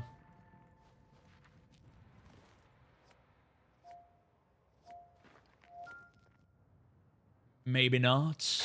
I'm also going to bring the other streams over to the main stream here. But we need reinforcements. The other YouTube ones. We're going to